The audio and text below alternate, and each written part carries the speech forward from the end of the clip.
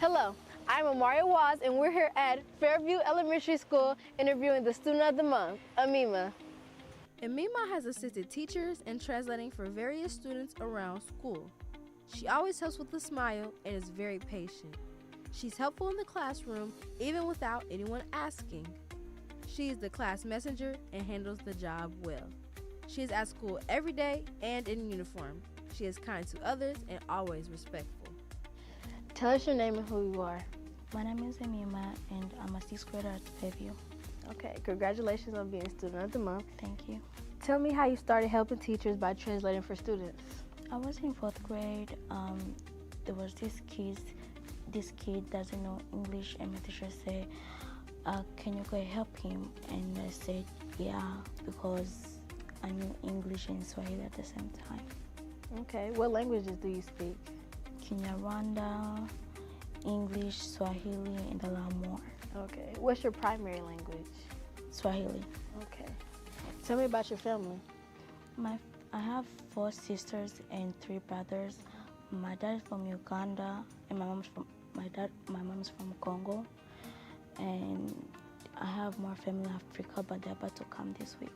Are you from Uganda too? Mm-hmm. When did you come to the United States? I cannot remember, but like 5. About 5. Okay. How do you feel about being named Student of the Month? Great. What was your first reaction? I was happy and scared. Good evening. Okay. What do you like about being a I'd like to call to order this October 18th, 2022 business meeting. Madam Treasurer, may we have a roll call? President Smith, Present. Ms. Reinhardt. Present. Mr. Sampson, Present. Ms. Wigani, Here. Dr. Pickett, Dr. Pickett has an excused absence. Dr. Goodwin, Here. Mr. Lacey. Here. 6 present. Thank you. May we stand for the Pledge of Allegiance?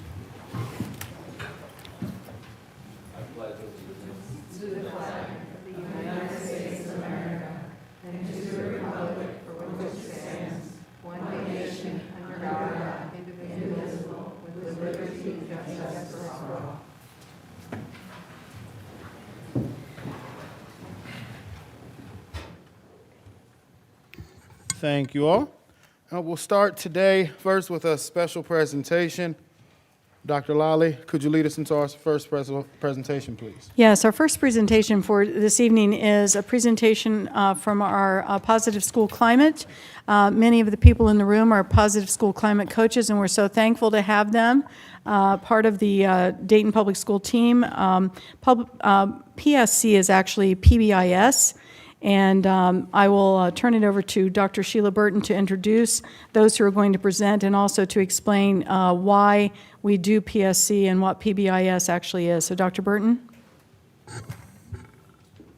Good evening, Board President, Vice President, Board members, Superintendent Lally, Treasurer. So tonight we'd like to give you an overview of the work that has been going on for years here in the district under the guidance of Positive School Climate. If you look at the research, it's called Positive Behavioral Intervention Supports, but here in Dayton, we Daytonized it. And we changed the name to Positive School Climate because that aligns with our Student Code of Conduct book. So the coaches are here tonight. They have a presentation that they'd like to share with everyone about the work that has been done in the district and how the district has been recognized for that work. So Marcus? Good evening.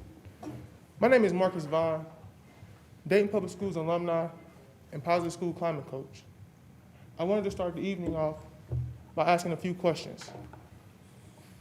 If a child doesn't know how to read, what do? Teach. If a child doesn't know how to swim, what do? Teach.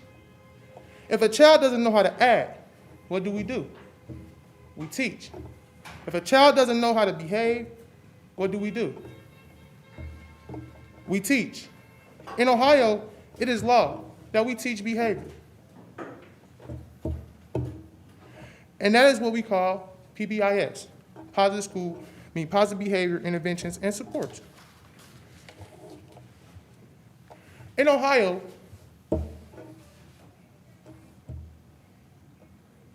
In Ohio, districts must develop a structure for providing PBIS professional developments to all staff at least every 3 years. Have a decision-making framework that increases academic and behavioral success. Teach school-wide behavioral expectations. Implement consistent systems of acknowledgement and correcting behaviors. And it engages families and is designed the school environments for success. Now allow me to have one of my colleagues explain how we implement that in Dayton Public Schools.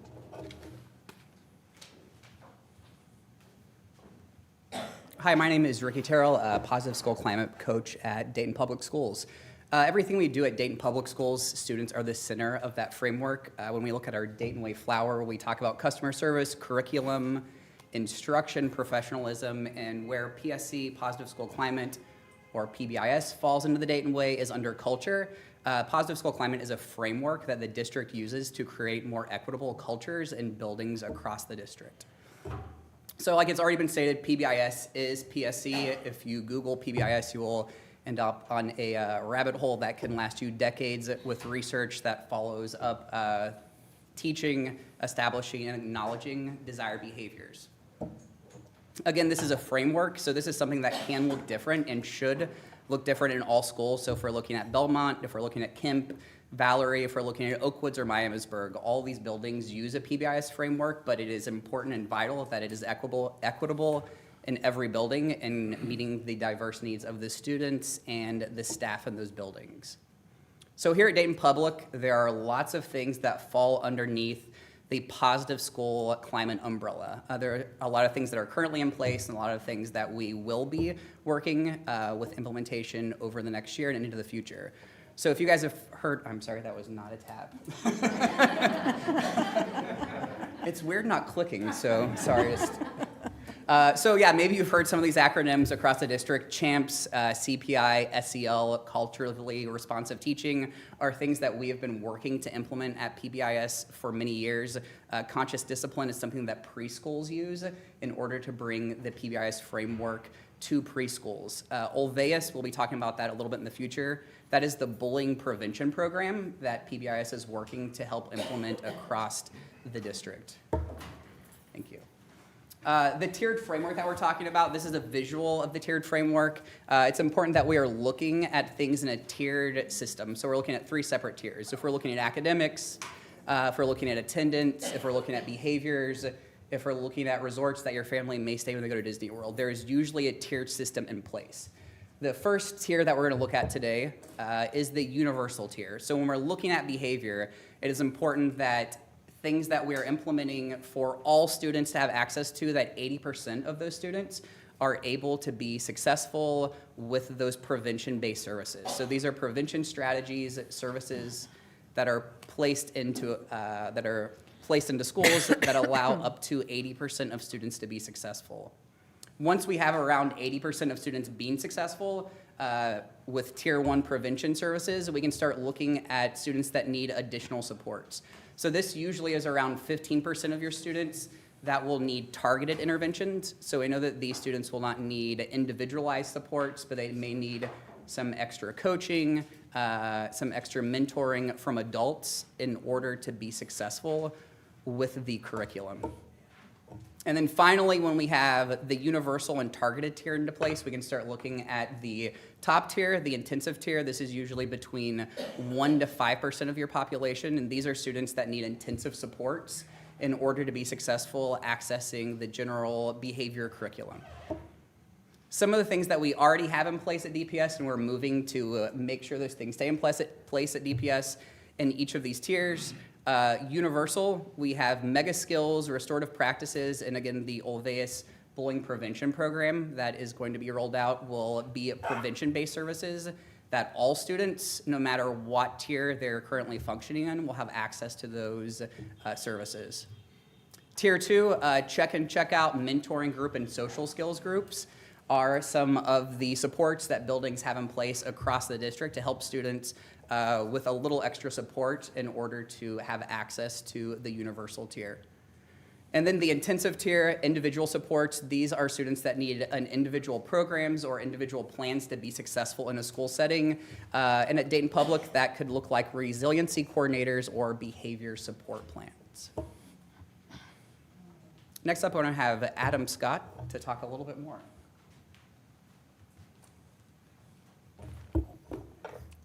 Good evening, Adam Scott, PSC coach. PSC provides a multitude of professional development opportunities.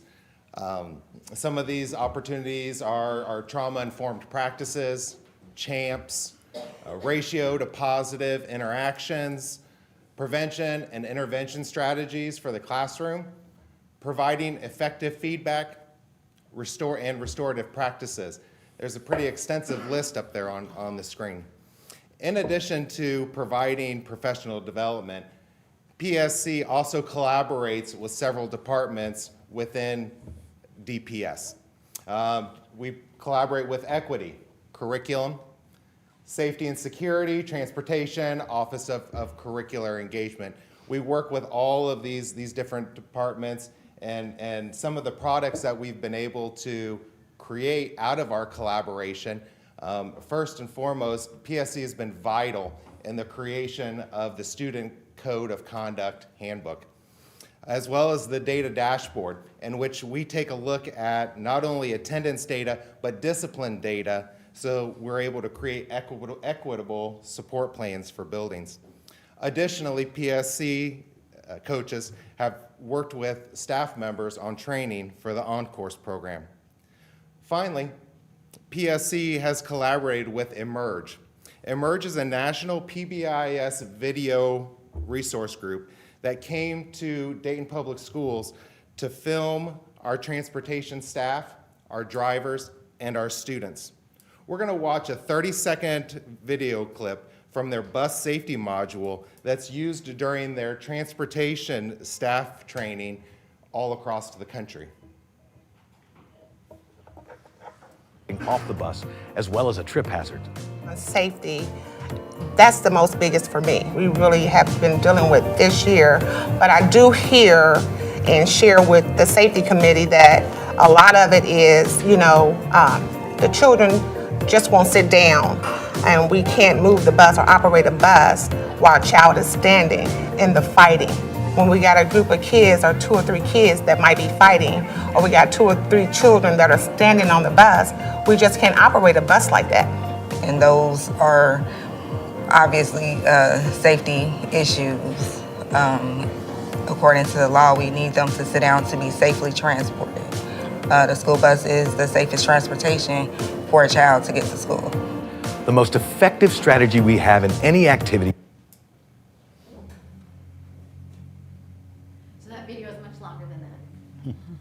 I'm Deanna Granroth. I'm part of the PSC team here at Dayton Public Schools. One of the really fun parts of our job as a coach, there's 9 of us coaches, is that we get to coach teachers one-on-one. So we go into and we observe and we visit these classrooms every week, and we have a weekly cycle of like 4 to 8 weeks. We get to work with individual teachers across the district. And in those observations and those times that we spend with them, we collaborate on doing setting goals, reflecting on their professional goals, but then also doing reflective conversations with them each week on where they want to grow professionally. But then also implementing research-based classroom management, time management, and then also looking at behavior strategies, things that they want to do individually with students and then student groups, so in that Tier 1, Tier 2, and Tier 3 levels. The ongoing thing that we're most excited about in our team right now is we're providing curriculum-based and classroom management series for all of our new and seasoned teachers starting this week. And there'll be a whole season series right now in the fall and then again in the winter and the spring. The PSC teams that we help to support here in so each building has a PSC team that they help to implement all of the tiered items with PSC.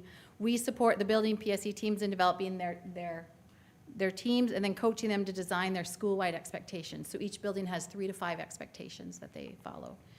Each of these expectations then develop lesson plans to teach the students how to safely move through their school day. And then as with any teaching initiative, the PSC requires continued professional development for all the staff to ensure that all of these practices are done with fidelity. Behaviors are taught and then acknowledged and discouraged based on the building's PSC framework. And then the data that we use, we collect and we look at monthly to figure out how to improve all of our systems, and then also how to celebrate our students and their successes. Based on all of the work that the schools are doing, last year we had 3 of our elementaries win the Bronze Medal Award. We had Fairview, Kemp, and Valerie. And today we have one of our PSC coach turned assistant principals here to speak on behalf of their school and their work that they've done. So we'd just like the principals who earned that award, if you come forward, Gary, if you want to come forward, and we're voluntoed, huh? Gary will come in. Gary started out as a coach, a PSC coach, became an assistant principal, and the work that they've done at Kemp earned them a state award. So if you want to come and share.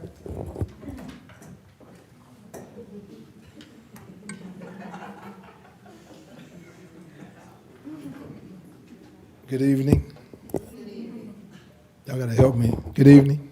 Good evening. Okay. As a lot of you guys know, I'm not much of a speaker, but yes, I was a PSC coach, and it had a great impact on our building. It's been in our building probably, I don't know, 10, 12 years? 10 or 12 years it's been in our building. And it's a culture now. When students come in our building, they know what we do, how we do it. We've decreased referrals, suspensions, but it's all about the culture. PSC creates a culture that you want in your building, and we've had in our building for 12 years, and we're happy to get that bronze award again. Second time we got it. Second time we've got it, so thank you. Thank you.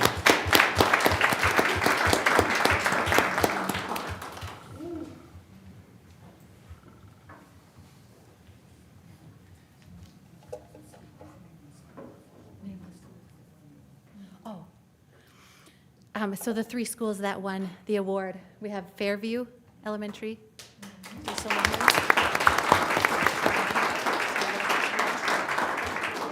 Could you stand up, please?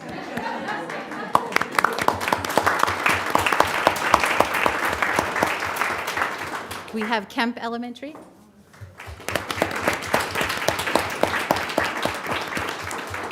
And we also have Valerie Elementary.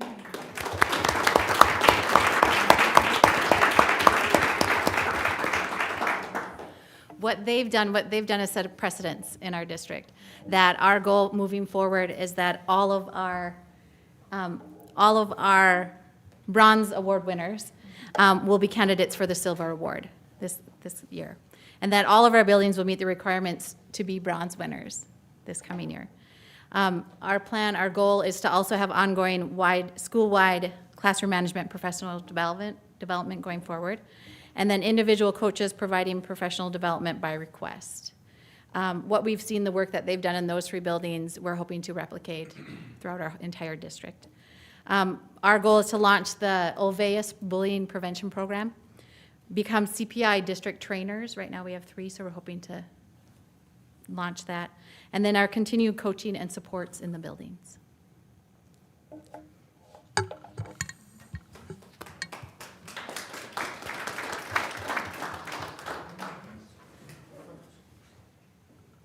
Are there any questions?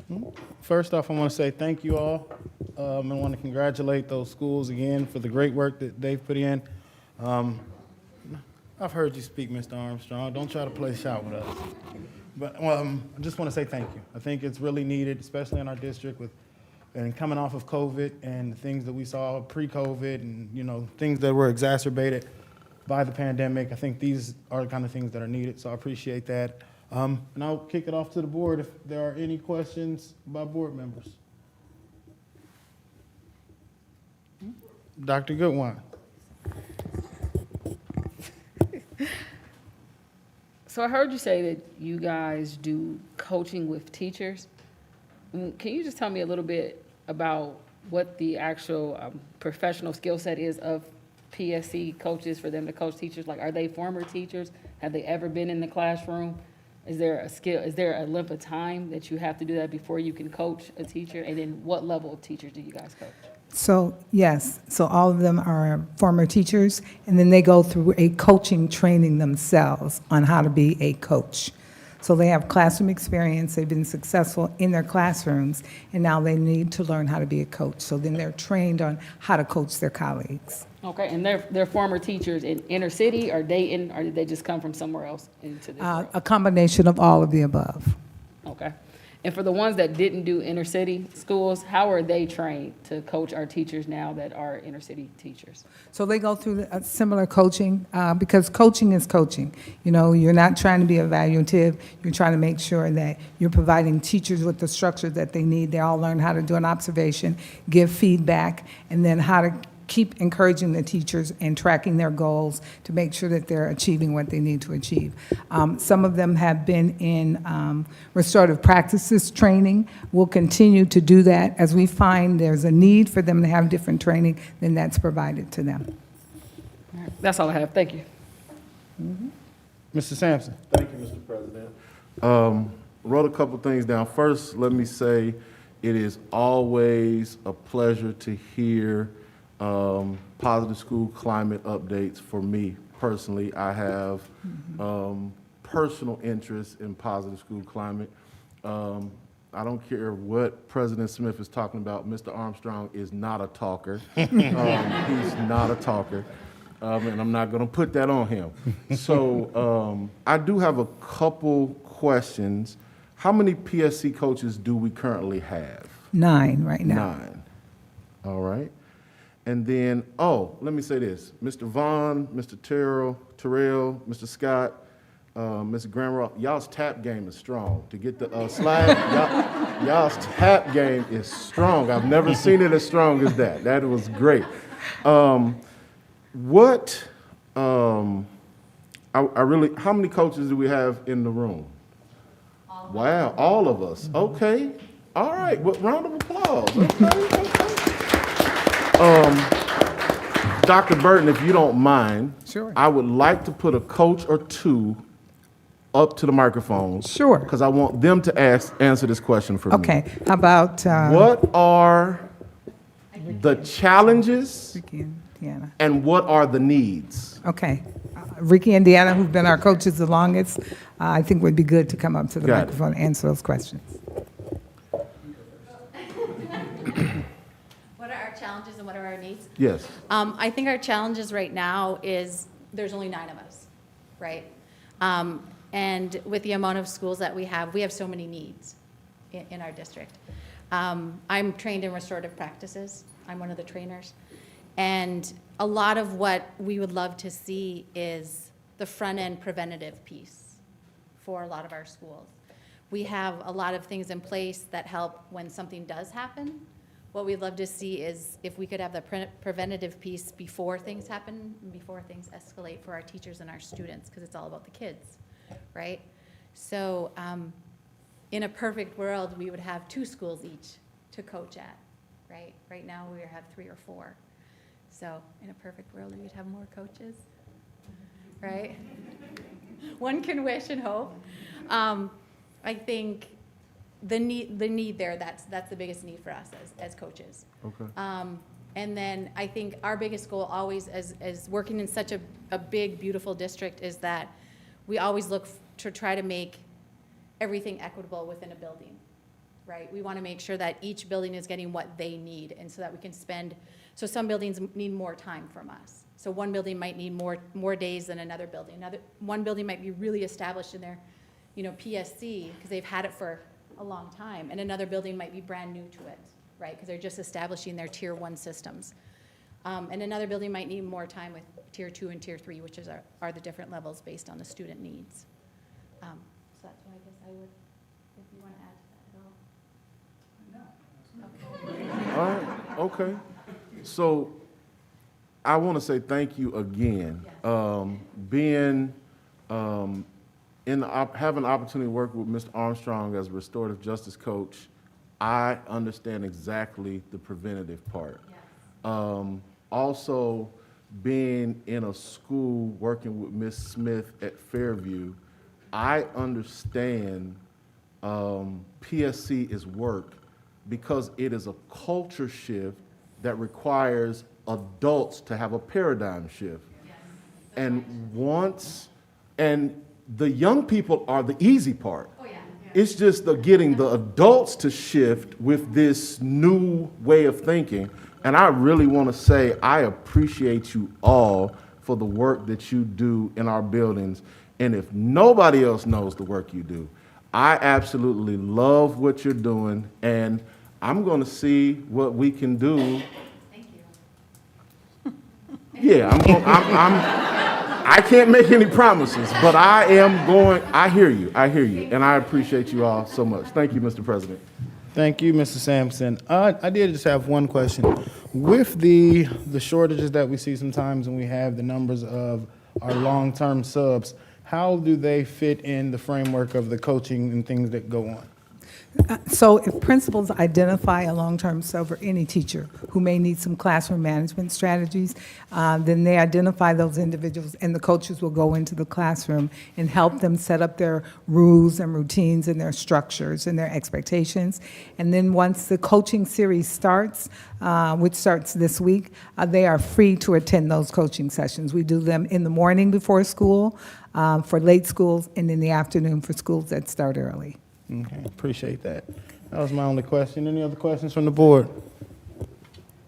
So the old term restorative justice, is that? It's restorative practices. So it's restorative practices. Mm-hmm. Yes. Okay. Thank you. I would be remiss in not introducing two other people who have been key in helping us implement PSC in the district, and that would be Betsy Apolito and Mary Jane Kearns. They're from the state support team.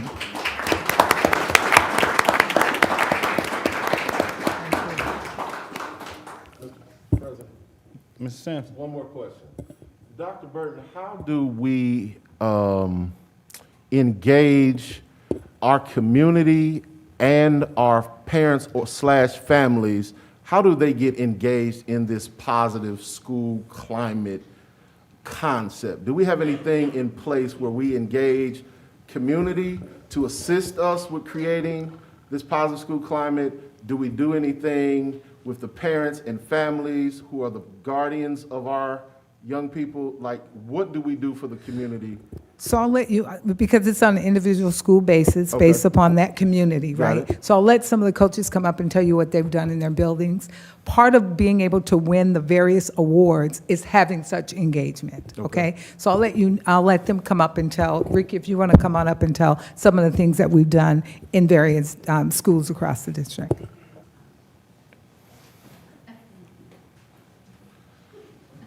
Thanks for letting me answer this. So one of the things that we do, all of our PSC teams, we work to have parents on the team. So I know right now Miss Kelly is currently at Belhaven. She has transferred from Valerie to Belhaven. And she has had a consistent parent on her PSC team this entire year so far. So it's important that when we have these teams, when we have administrators, when we have people with behavioral expertise, when we have classroom teachers, coaches, we also want as many community members, as many parents on board so we can get their input as well. We want to know what the parents are thinking of these practices, of these strategies that we're putting in place. All right, thank you so much. Appreciate it. Thank you, Mr. President. Thank you, sir. Are there any other questions from the board? Yes. I want to thank everybody for coming out today. This has been a really wonderful presentation. This is something that we talk a lot about, but I don't have a lot of practical understanding of how this works, so it's really great to get some more information about it. I don't know if there's anything that you would welcome board members to come and observe, whether it's like professional development or a coaching session. I would love to be invited to that if I could just be a fly on the wall and watch it. I think what you guys are doing is really incredible. I was going to ask one of the same questions that board member Sampson asked and ask about some of the challenges, but I'm grateful that he did that. What I would like to ask is, when you talk about the work that you do, if anybody wants to jump up and share, what is a success that you're really, really proud of? Like, is there anything that anybody would like to share tonight. Like, this is just incredible. I would love to sit down and have like a 2-hour-long conversation about what you all do, but What about a principal? Would you like to hear from a whoever principal? wants to share a principal? success, I would love to Would hear you like it. to share a success?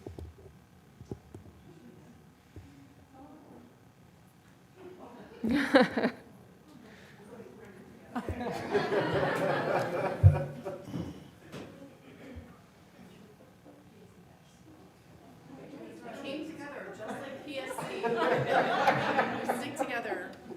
I think a big win for us at Fairview is that PSC is the way that we connect the work that we're doing in building our climate with things like the Ohio Improvement Process and how we address academic data or any data, and also the overlap of that with equity and how we're addressing certain groups of students with an equity lens. And I think that's a really critical, it's a critical part of the work, and it's gonna look different at every single school. So the PSC rubric essentially helps us to do that and guides us through that work. And that's what's made us successful. Well said, Ms. Ditto. I agree. I think for Valerie, for us, but that was Mrs. Kelly, because she really was our PSC guru. That was just one of her areas of expertise. I'll kind of predate us back to when we merged, and that just began a new blend of Positive School Climate and the Valerie Way and the parent buy-in. We can have meetings with families and we'll say, what is the Valerie Way? And, our students know, therefore the parents know, then you're not following. So for us, our first success was the merger of Meadowdale Elementary and Valerie, and being able to take that Valerie Way and make it into one. So that's, for me, is when our success really began, and since then, we've been able to manage to do it even without Mrs. Kelly, who's doing her. Just wanted to put that out there. So, and then I would say for Ricky, because we've had him as a coach multiple times, and he pushes our team. We have a very collaborative team. We've had parents on the team, still have parents on the team. Just if the parents kind of understand the goal, then we have the buy-in. So that's it. Thank you. Thank you so much.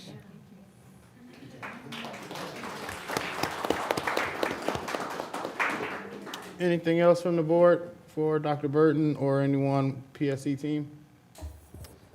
One of the things the team members wanted me to tell you as well is their active involvement with HR, because they participate in all the new teacher orientation to make sure that teachers are aware of how to structure their classrooms, how to set up expectations, and things like that. Mr. Sampson, I see you. Thank you, Mr. President. I do want to go on record and say that if we could, Dr. Burton, if you could show me what projections would be to add to the PSC coaches, like what is that expense? What is the need if we go with the idea of 2 buildings per coach? If you could just share that with me, I would greatly appreciate it. I would be more than happy to. Thank you so much. Thank you and appreciate you once again. Dr. Lally, our next special presentation, if you could lead us up. Yes. Before I do that, both presentations tonight are part of the CCIP and our state requirements. We are required to fill out a plan of action every school year for our district, and our DLTs, our district leadership teams, and our building leadership teams, and our teacher-based teams all work on achieving those goals. And the PSC portion of this evening relates to the goal about the student attendance, student behavior, and the culture of the district. So that goal has been addressed tonight. And the next goal that's being addressed tonight is the goal that's related to academic performance, especially in reading and in mathematics. That's what's on our state required document, and that's what we work through with our state support team members, our district leadership team, building leadership team, and our TBTs. So it's my pleasure to introduce Rachel Murdoch, Chief Academic Officer for Dayton Public. All right, thank you very much, Dr. Lally, Treasurer Braha, Board President Smith, and board members. Thank you for having me this evening. So I am going to go through some of our Ohio State test data, a glimpse at our report card, and then a look at our MAP data, which is the measure that we use to continually monitor progress. When I stood before you last year, I said, and I'll say again, that these data points represent thousands of stories. We have thousands of children. Each one has an individual story, so when we capture this data, we're capturing their stories. Now, this year, like last year, is unique because last year we were back in person for a full year after the pandemic, still struggling, but coming out of it. So I think what you'll see in the data tonight is evidence of recovery, evidence of progress, and evidence that there is still much work to be done. So if you take a look at the report card slide, this is just an overview of the report card that's presented on the screen right now. I won't go through every category, but I did want to highlight a few of them. The first one I wanted to highlight was the performance index, which is captures our achievement. Our performance index this year was a 47%. That's very close to what we had in 2019 when we were making great progress. We had a 47.8% then. So I do think, again, evidence of recovery, evidence of some renewed progress as we come out of the pandemic, as we had a full year back in the classroom. I'd also like to point out the progress measure, which is our growth. We are making progress in growth. We're not where we want to be, obviously, but we are beginning to see that needle go up as well. And the same for our early literacy scores. Much work to be done, but we're getting back to the trajectory that we had prior to the pandemic. I also wanted to point out on this slide that the gap closing score is a whole new mathematical configuration, so it's not a score that can really be compared to any previous years. There are new categories factored into this score. So just if you're looking back and forth at previous report cards, just know that that is a different calculation. And I wanted to point out that the college and career workforce and military readiness category is not updated. ODE has not uploaded their data, so this is an inaccurate score. That should be rectified sometime this fall, and we can update you when it is. But if you're looking at that and thinking, of course we should do better, we have CTE courses, that's just on ODE. We're waiting for them to update the score. Okay, so move on to the next. So the next slide just captures the Ohio State test proficiency rates for all tested grade levels and subjects. Again, I'm not going to go through every line, but I did want to point out a few highlights on this.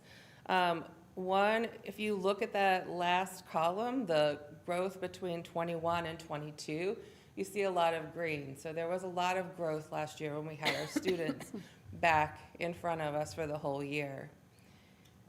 If you look at the second to last column, the growth from 19 to 22, you don't see as much green, but you see those numbers shrinking. So we do want to celebrate getting back on that trajectory. And if you look diagonally as you're looking at the numbers at just some of the cohorts, so if you look at the third graders, for example, from last year, from 2021, and then look diagonally to the fourth grade score, you'll see that they went from 19.1% proficient to 26.1 in reading, and they went from 17.5 to 22.2 in math. So we are seeing just those cohorts improve. And then finally, I would say our third graders are something to particularly celebrate. You can see in their reading scores that from 2019 to 2022 that we were just negative 0.5% off from that 2019 score. And in math, something to truly celebrate, we were up 6.5% from the 2019 score, which certainly speaks to our double teaching initiative, that we really are getting traction with that initiative. And then we can go to the next slide. So the next several slides are from the MAP assessment. That's the measure of academic progress. This is a test that we administer 3 times a year so that we can track how well our students are doing over a course of a year. Teachers can use this data. It's very extensive when they plan their lessons so that they are very targeted to very specific groups of students. This test, when students take it, is adaptive. So when a student's taking the test, if the student is getting questions wrong, the questions become easier. If the student's getting a series of questions right, the questions become harder. And that happens until the student is about 50%, getting about half wrong and half right. And that's how the score, the achievement level, is calculated on MAP. When you look at these scores, you will also see that it shows the norm. And you can see as you look up that the point spread becomes slimmer. So students are expected to grow more when they're younger. And then as they know more, they grow less. And you can see that in those normed scores. And these are the reading scores that you're looking at on this first slide. I would point out, too, that the norm score, that's where students are going to be close to being proficient on the OST. So we do know that those things are showing us how close our students are getting to being likely to be proficient on the OST. So we can go to the math. And you'll see some similar results. If anything, we're having just a little more progress between 21 and 22 in math and getting closer to those norm scores. And then we can go to science. We just started giving the science assessment last year. It has gotten more reliable over the years, and this gives our science teachers more data to work with as they work with their students. So we do have just 2 years of data for science for them to use. And you don't see a gray bar on biology because there are not enough data points at this time for there to be a norm score, but we can still use it to measure progress of our students. And then next we'll take a look at year-to-year growth. I think this really does tell a story of how we're doing one year to the next. Now, I will point out to you that the blue bar is from the fall of 2020.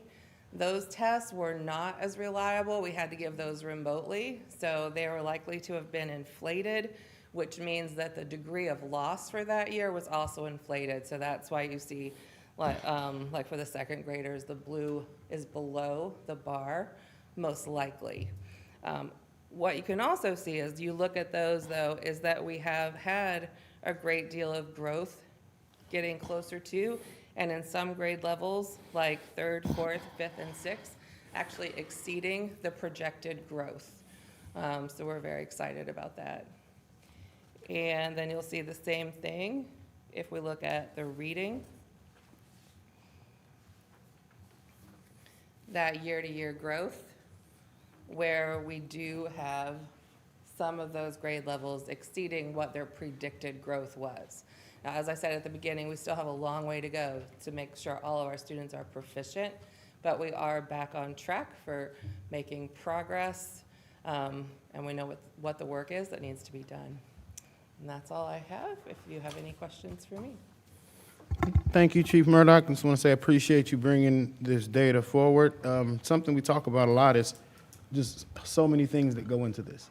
Like you said, all the stories that don't exist inside of our buildings that still come to our buildings. Correct. So I appreciate that and appreciate the work that's being done to continue to press forward. Are there any questions from the board? Mr. Lacy. I think it's like House Bill 497 or something like that, where it's passed the House and it's before the Senate to, although I guess it's not really active right now, the 3rd grade guarantee. But if it truly is just completely passed, then have we thought about how this would affect our curriculum? What we started doing several years ago for the third grade guarantee was when we had a student that did not pass the third grade reading test, we went ahead and we moved them into a fourth grade and called that classroom a multi-age 3-4. And when the student took it and passed in mid-year, they had not missed that first half of that fourth grade curriculum. So they had gotten that fourth grade curriculum, but they also, as part of the requirement for having them in a multi-age type classroom, they had to have intensive intervention. So we basically worked through that, like many other schools around the state of Ohio, and avoided retaining a third grader who then could be promoted mid-year and have missed out on half of the curriculum that year. So in looking at what our curriculum is, we continue to follow what the state requirements are and continue to look at our test data to make sure that it's being implemented appropriately.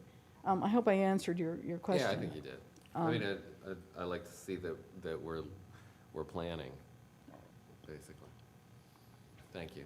Thank you, Mr. Lacy. Dr. Lala. If I could add a couple of things, these fall scores, it'll be significant in December to see where we are from fall to December, because you always, even though you have a fall score, you know that there's some summer slide, but even in looking at our scores, there's not as an extensive amount of summer slide as we've had in the past for our younger grades, which is positive. So the summer interventions that occurred, the summer programming that occurred helped avoid that for many of our children, but the real look will be between December of this year and the fall of this year, the August testing when students had returned to school. And the other thing I'll point out to the Board of Education is that our CTE graduation rate is not reflected on this new report card, but it is 94.5%, I believe. And this graduation rate, as I've indicated to you before, the 78% and the 71.5%, in 2 years from now, I believe it's 2 years from now, this graduation rate will be 85 to 86%. Because of the way that we are finding students that no longer go to Dayton Public when they're freshmen, so they no longer count against us. Because last year we found 151 students that had never been withdrawn from Dayton Public Schools who would count towards the graduation rate 4 years from now. So taking those 151 out will bring that graduation rate up based upon just that preliminary data, because it's based on your freshman class. So that's something to look forward to and see that happen in the next couple of years. Thank you, Dr. Lally. Are there any other questions from the board? Dr. Goodwine. If you can come back with me on slide 3, I just want to make sure I understand some things here. These percentages, they're out of 100%? Yes, that's correct. I'm not going to fluff it. This concerns me a lot because we don't have anything on this slide over 50%. So our district is failing this much in proficiency levels. I mean, what is the plan here? And as I look at the last 3 years, which 19 before COVID, 2021, 2022, I think I saw only one time where we got to a 58% in a high school government. Like, these numbers are alarming. I don't understand how people can sit calm right now seeing these numbers right here. This many of our students aren't proficient in the core curriculum of English, math, science, and reading. I just don't, maybe it's not a shock to other people, but this is shocking to me to see it like this. I agree, it's alarming, and I do not feel calm inside about this. I feel very much that there is so much work to be done. We have started much of that work. I do think, as I said before, seeing that progress with the third graders. This year we've implemented intervention blocks into the 4th through 6th grades. We're working with Dr. Lasley at UD to add some math tutoring for the high school grades. We added reading classes 7 through 10, but you're right, we're not at 50% in any of these, and that is alarming, and that is the great work that we need to do. So I hear all that. I mean, I guess a basic question, the people who are on the front line of this, have we talked to them at all about any suggestions that they have of what is preventing them from like getting our children there? We have talked to them, and one of the things that we do feel like is most important for our teachers to do is to really use the data and strategically group students so that every student grows and you're not just teaching to the middle. So that's something that we have put very much emphasis on. We've worked with our teacher leaders to assist in the buildings with helping to group those students, and we feel like when teachers begin to really embrace that, we are going to see more movement in the needle. Is that theory based on assumption or something that you guys have tried in the past? Because if it's based on past practices, again, the trend isn't going up here. And if you all need help, I mean, I guess this is more not towards you, but more towards Dr. Lawley here of, we need to figure this out. I mean, it's concerning. Not one area is even at 50%. We have one area at 40 in the 40s, and everything else, I mean, that's a F. That's completely, you're not passing at any of these percentages at any level. We're completely failing at every level based on this thing. And that use of targeted grouping, that's based on research, just like the gradual release model that we've implemented over the last few years and the Marzano framework. So we are grounding our practice in research-based successful practices. I have one final question. At what point do you guys abandon research that doesn't work for this district?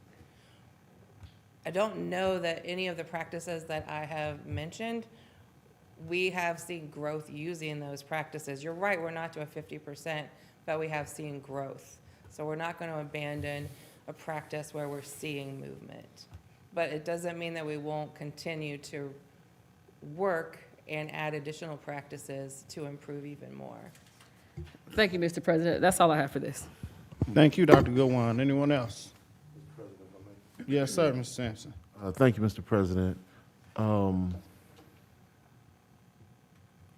What barriers are there that we see that are preventing growth as a district? What do we see? What are we contributing to the barriers that are preventing the growth that we want to see? I think that if you look at the scores, if you went back to slide 3, we had less growth in our upper grades and our secondary. I think one of the big barriers for them, especially coming out of the pandemic, is the sense of isolation.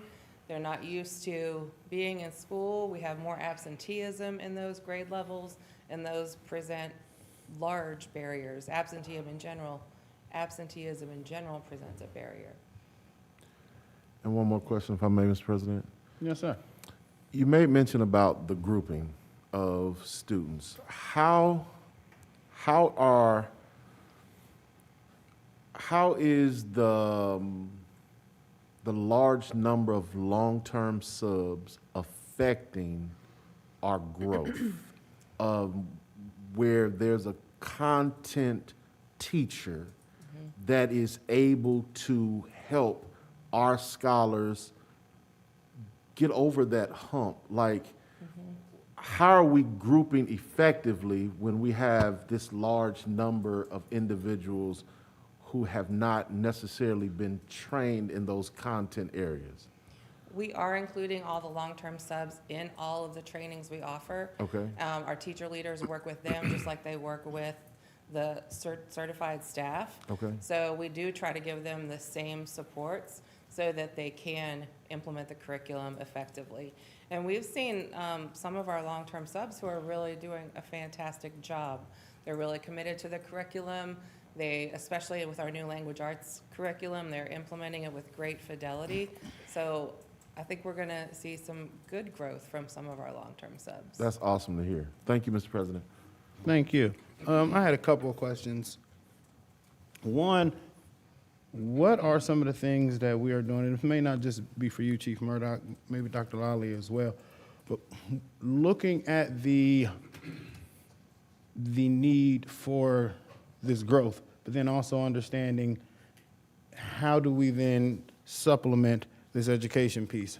When we talk about tutors and we talk about extra resources, how are we connecting that need and putting this data out with parents to show them the real thing about, this is a real piece? Because I know sometimes we can say, hey, your child needs extra help in math. Your child needs extra. How are we then, getting into, when we talk about our parent groups at schools?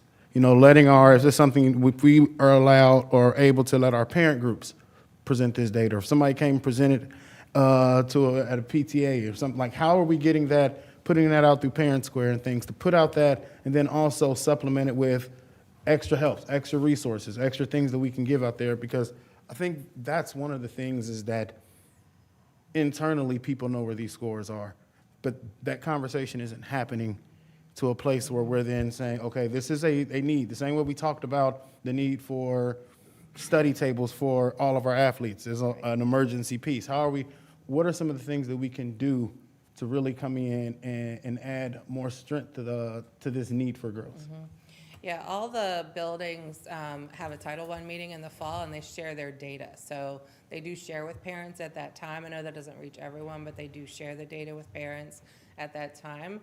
I can't speak to what's going on Parent Square. I would have to get back to you on that. As far as data goes, all the buildings also have conferences twice a year, and they are able to share individual student data with parents that come to the conferences. And we are still just trying to put those interventions in place. Another one that I did not mention is, I said we have the intervention block in grades 4 through 6, but we're also going to be adding tutors through a Blue Meridian grant for that. So we continue to add supports as much as possible. And then to follow up with the tutoring and things like that are happening, and this is another conjoint piece, shout out to Connects. Are we offering transportation to students that are staying after for tutoring? This tutoring will actually happen during the school day. Okay. Because we're going to maximize the time we have. Yes, so it'll happen during the school day, during their intervention blocks. So they'll either be using MindPlay or Success Maker, which are our intervention online tools, and then the teachers, and we have multiple teachers in those blocks, will pull small groups of students. They'll use the map data to do that. On the map data, it's what's called a learning continuum, and you can see what the students are ready to learn. So they'll pull the data, they'll pull small groups based on what they're ready to learn, and work with them at that time, and the tutors will support that work. Okay, and then do we have currently any kind of after-school interventions for students? Yes, we have multiple neighborhood school programs. They've been here to present before. Right. You've seen lots of them on the board agenda recently. Right. That also support this work. So with that, and then for schools that aren't neighborhood schools, do we offer transportation for the non-neighborhood schools?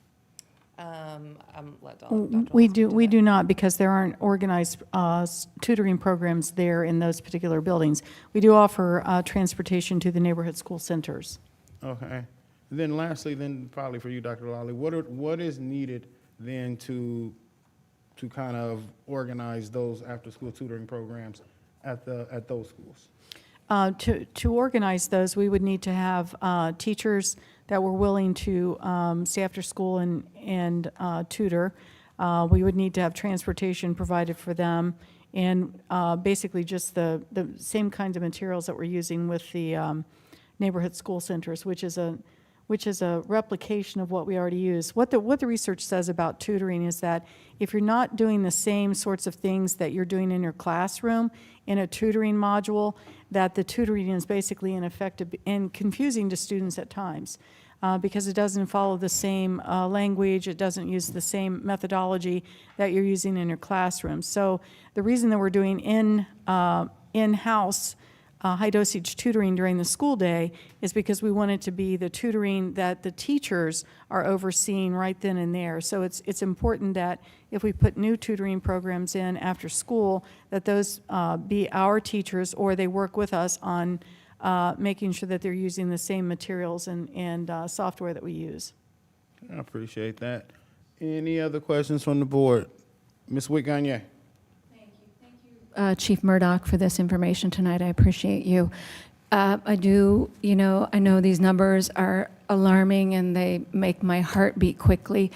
I think that we all have to continually remind ourselves of, as we look at some of these reports that are in front of us, that, you know, we serve a large population of families and students that fall well below the poverty line, and that, you know, when we think we want our parents to be able to help these students, that we really have to do a little more outward work there, helping our parents help our students, because these learning conditions aren't just a result of this young human. These are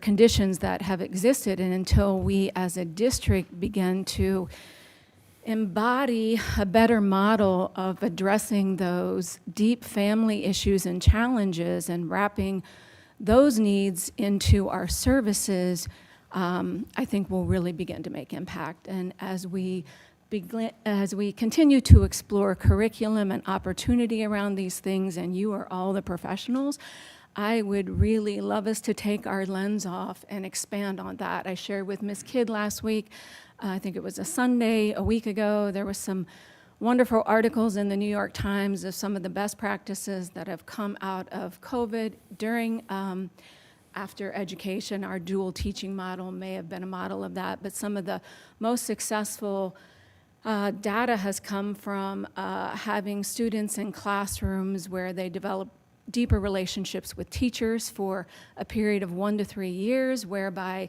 a teacher and a community can get to those services more deeply, so we can begin. So let's take our lens off and start looking at things bigger. So thank you. That's all I have to say, but I really appreciate the work and I appreciate your time. Thank you. Thank you. Mr. Sampson. Thank you, Mr. President. Chief Murdoch, if I may ask a request, listening to the dialogue between you and President Smith and Dr. Lawley, is there a way to get the data that shows OST and MAP scores for NSCs compared to the other non-NSCs? I heard about the tutoring, the extra stuff that is NSCs, and I want to see if the data supports these. Is there a difference with the NSC concept versus the non-NSC? Because if there is, if those are one of the things that are working, we need to figure out a way how to get those added resources in non-NSCs. Does that make sense? Yeah, so you're talking about the neighborhood school center? Yeah, so yes. if there's data that shows the scores for all NSCs separate from the non-NSCs, I really am interested to see what those data. So you would like to see it like at a building level, like the children who participated in the program compared to the ones who did not participate in the neighborhood school center? And it doesn't have to be that deep, Okay. just by school. So And that's our, we do have that Okay. data, and I mean, it's on the Ohio report card. Got it. Yes, we have that data. Perfect. Thank you so much. Thank you, Mr. President. Thank you. Anyone else? If not, I want to thank you for that presentation. Thank you. Thank you. Next, do we have any bargaining units come to speak?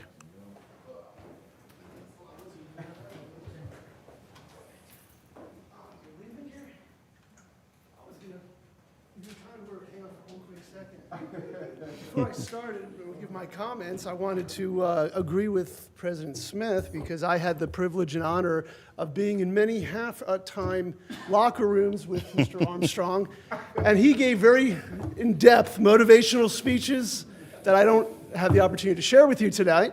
However, I want to attest that when given the opportunity, Gary is one fine speaker. President Smith, Vice President Reinhardt, board members, Superintendent Lawley, Treasurer Braha, DPS families, staff. Good evening. My name is Neil Mahoney, and I am the president of the Dayton Education Association.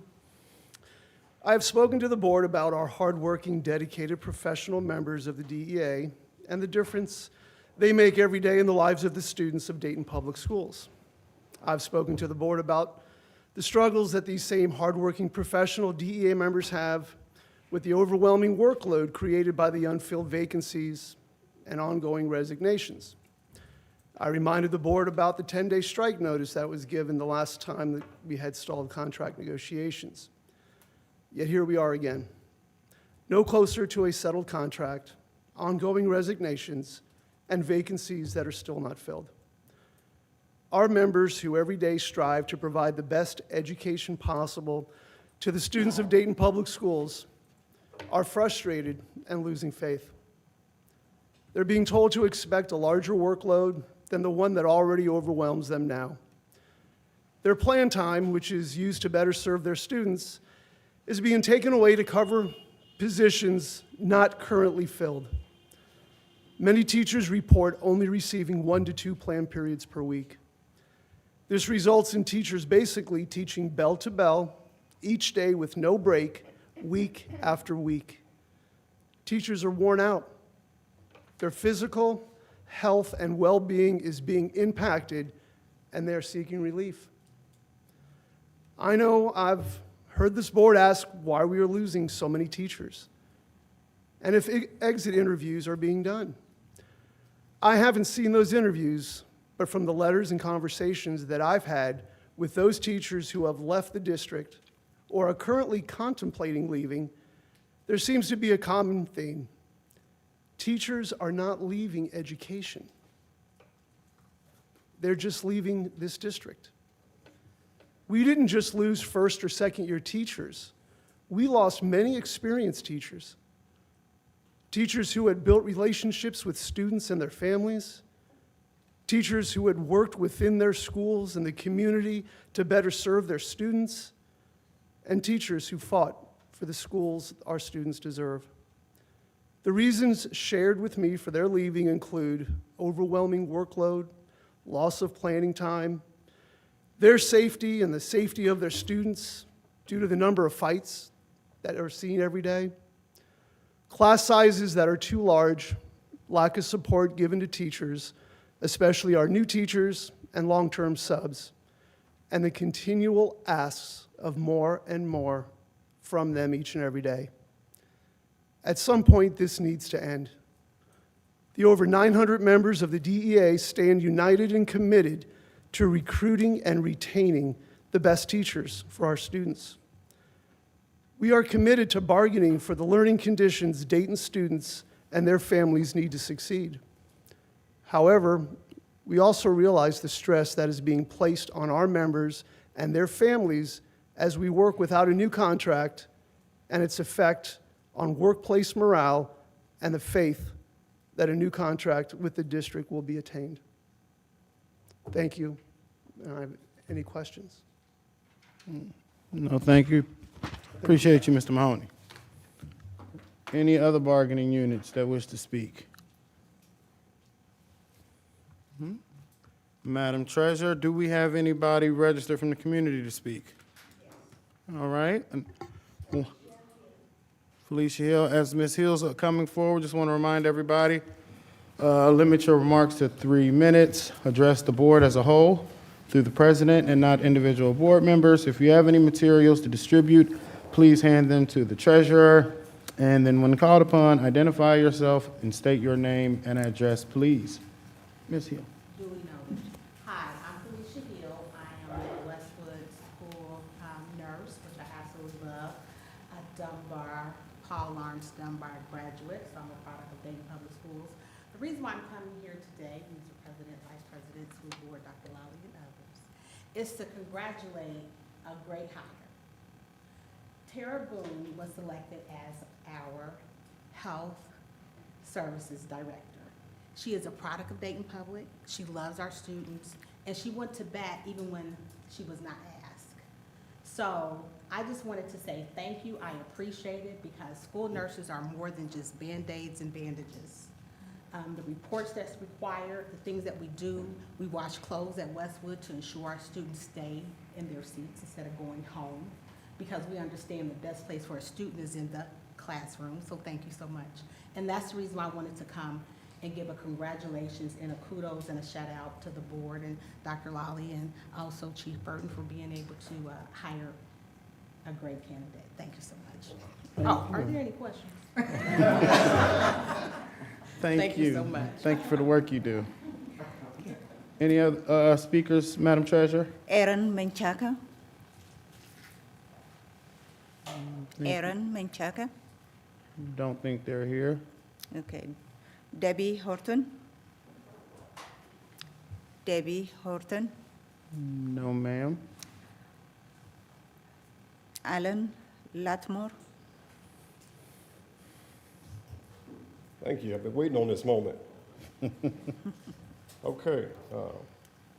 First, my name is Alan Lattimore, Sr., proud graduate of Colonel White High School, 724 Kenilworth, and I am a collegiate athlete, scholarship athlete. So just to give you some background on where I come from. And I'm actually an anomaly because actually I came from outside of the district. I brought my son from Chaminade, and I brought him over to Thurgood to Dayton Public District because I was helping elect some of you guys up there, and I wanted to be sure that I come here and hold you accountable. All right? First, I just want to basically speak on sports. I was able to check out the meeting last week, and I just had a couple concerns before even seeing that. But a lot of things we lack as far as Dayton Public Schools with our counterparts as far as in the suburban districts is that from a social media presence, we're lacking there. From a statistical department, we're lacking there. We don't have a system in place to report our kids' statistics, and I'm not sure what happened to it or if we ever had one, but if not, can we go back to getting one? Games are like tests, and basically your stats are like your transcript. Coaches would like to see your statistics when you have a good game. I mean, they may not be able to see your game, but one thing they can do is we can go to a website and then they can check out the statistics. That would be great. So if we can take care of that, scheduling.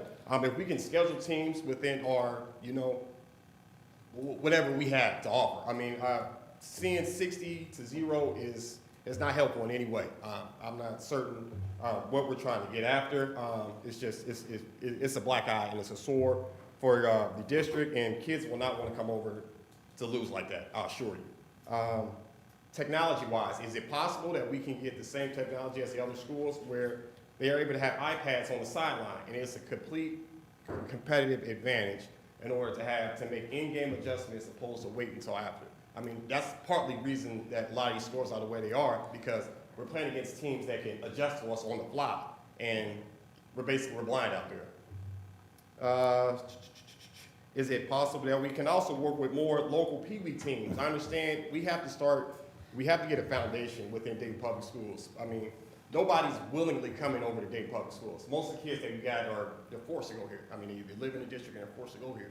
But if you can work with some of those local Pee Wee teams, then you can start building up your middle schools and start filtering more kids into your high schools. I mean, it's tough to look out there. And I can only speak for Thurgood, but I know a lot of teams are the same. But a lot of the teams we play have more kids on the sideline than we have on the playing field, that we have available to play, I would say. And it's just, it's a numbers game. I mean, just like Thurgood, we lost 2 starters our very first game of the year, and that set us back tremendously. I mean, unfortunately, injuries are a part of this game, so we need to make sure we address that. Lastly, my son is he's a tremendous athlete, but he's a tremendous track athlete as well, and I appreciate the work you guys did on the practice fields, but there is no jump pit at Thurgood.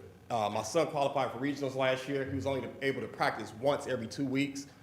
So I understand if you can't put a jump pit at Thurgood, can you give him access to one? I mean, he's a state level athlete and he doesn't have the tools he needs in order to compete. Other than that, I'll leave. I'm good. Thank you.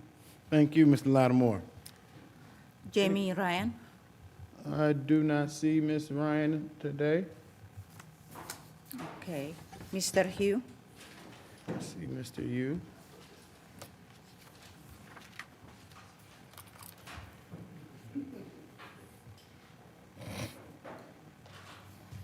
Good evening. I met our great superintendent over at Cleveland Elementary the other day, and Cleveland is a very good school, and their third graders are doing great. I've been to the girls' school. They have 2 perfect first grades, and I've been to Eastmont, and they have an excellent 5th grade. I was going to have a different speech tonight, but I changed it. I'm going to talk a little bit about positive school climate. I think it's very important. I think positive school climate is better than yelling or suspending a student from school. Mr. Armstrong, who is left now, they have an excellent positive school climate. It's tremendous. It works. I've been there to see it. I'm happy about Valerie because I taught at the former school, Meadowdale, for 30 years, and they have the best gym teacher, Willie Bailey, and their principal meets every car that comes in there because most of their students are picked up and driven to school by their parents, and she knows everybody's car. And Fairview, I'm proud of that school because the best student I ever taught as a substitute in Dayton Public Schools went to Fairview, and now he's at Stivers, and he was an outstanding student. I'm glad tonight to hear a little bit about the testing because I don't understand it. I've been out of the, as a regular teacher for at least 11 years. But what I want to know is what skills I could be teaching if I get into a classroom and I need to teach something else. I want to know what's the most important thing those students need to learn. The one thing I know as a teacher, reading is your most important subject. Reading is it. If every child can read, they can be successful in life. And reading is English, social studies, science, and writing stories. So they must be able to do that. And, ma'am, I will tell you this. I will volunteer to do tutoring. I'll give you my number. You call me up. I've got every subject you can imagine in my house. I can come and help, and I will do it for free. Okay? So, thank you for listening. God bless you, and let's have a good couple weeks coming up here. Thank you, Mr. Yu. You're welcome.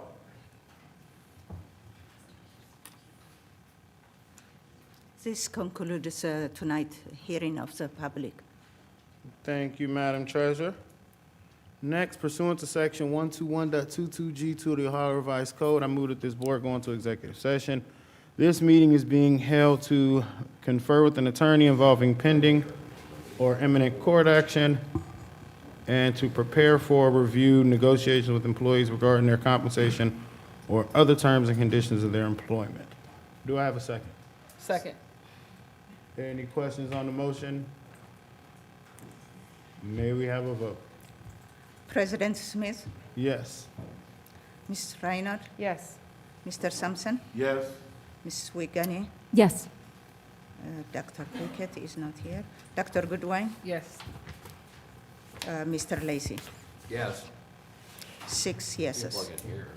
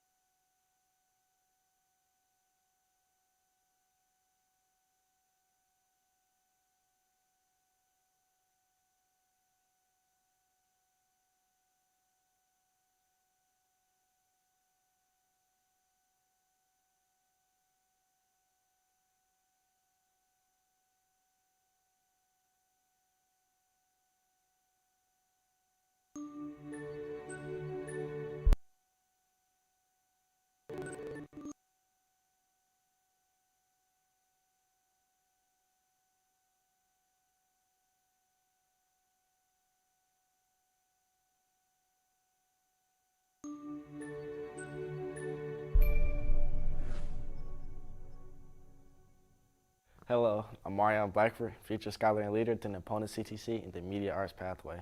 Did you know the Dayton Public Schools Nutrition Services Department feeds more than 8,000 lunches each day? The department's goal is to provide fresh and nutritious food for all students across the district to help them learn, grow, and achieve a brighter future. And now, this is in case you missed it.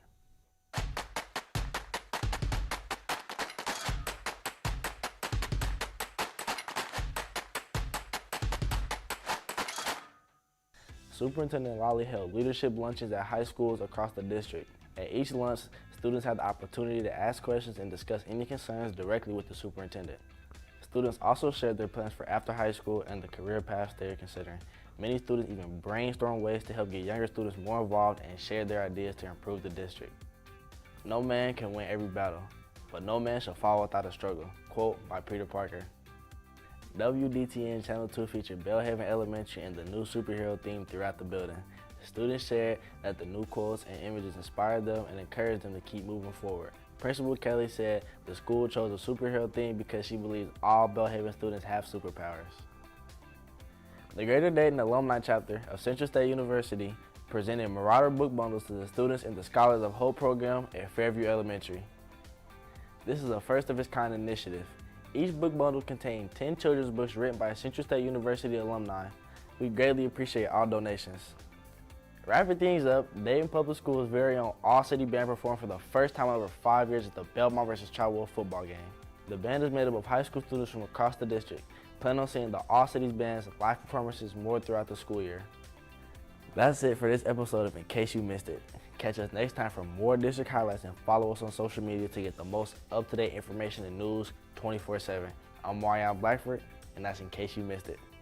And remember, you learn more in failure than you ever do in success. Quote by Jay-Z.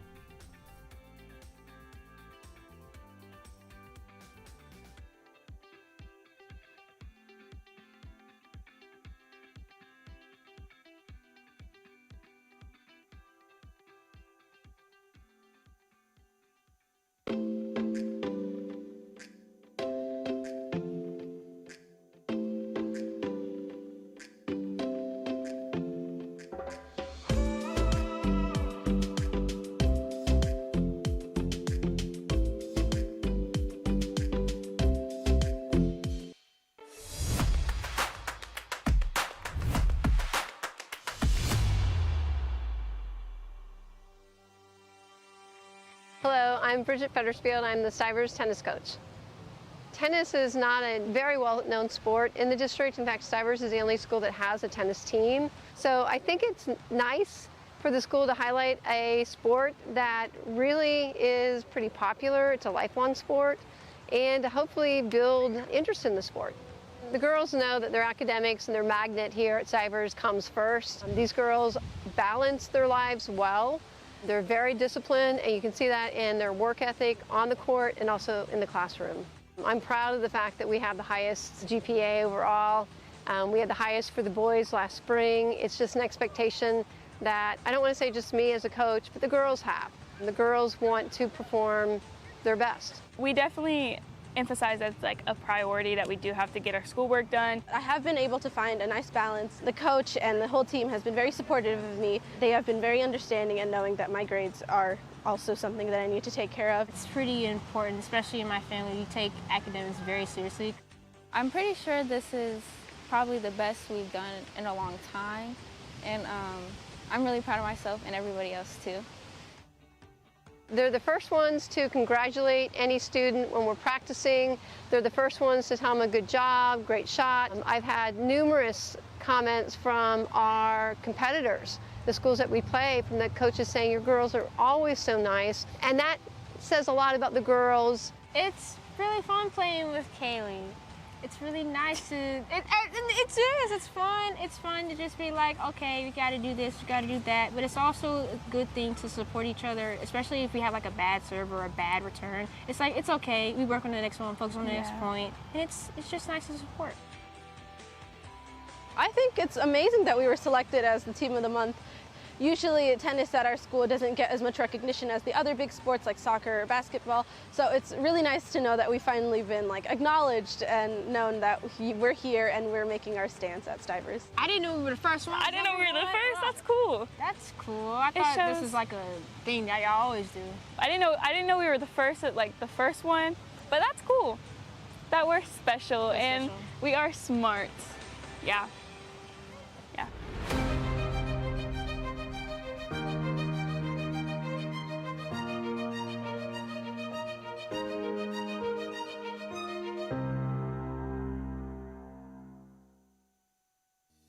Hello, I'm Amaria Waz and we're here at Fairview Elementary School interviewing the Student of the Month, Amima. Amima has assisted teachers in translating for various students around school. She always helps with a smile and is very patient. She's helpful in the classroom even without anyone asking. She is the class messenger and handles the job well. She is at school every day and in uniform. She is kind to others and always respectful. Tell us your name and who you are. My name is Amima and I'm a 6th grader at Fairview. Okay, congratulations on being Student of the Month. Thank you. Tell me how you started helping teachers by translating for students. I was in 4th grade. There was this kid doesn't know English and my teacher said, can you go help him? And I said, yeah, because I knew English and Swahili at the same time. Okay, what languages do you speak? Kinyarwanda, English, Swahili, and a lot more. Okay, what's your primary language? Swahili. Okay. Tell me about your family. I have 4 sisters and 3 brothers.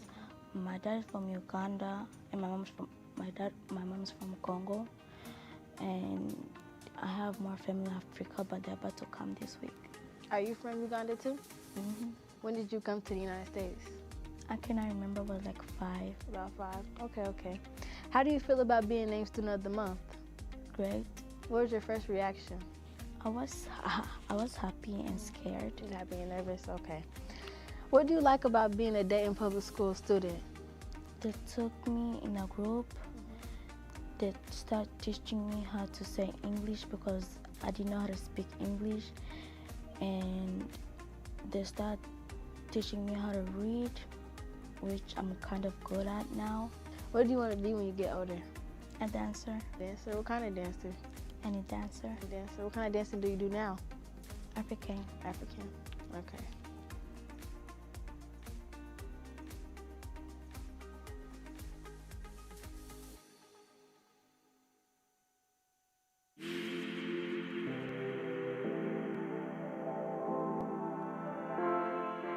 I just want to encourage our students to come to school and be okay with who you are.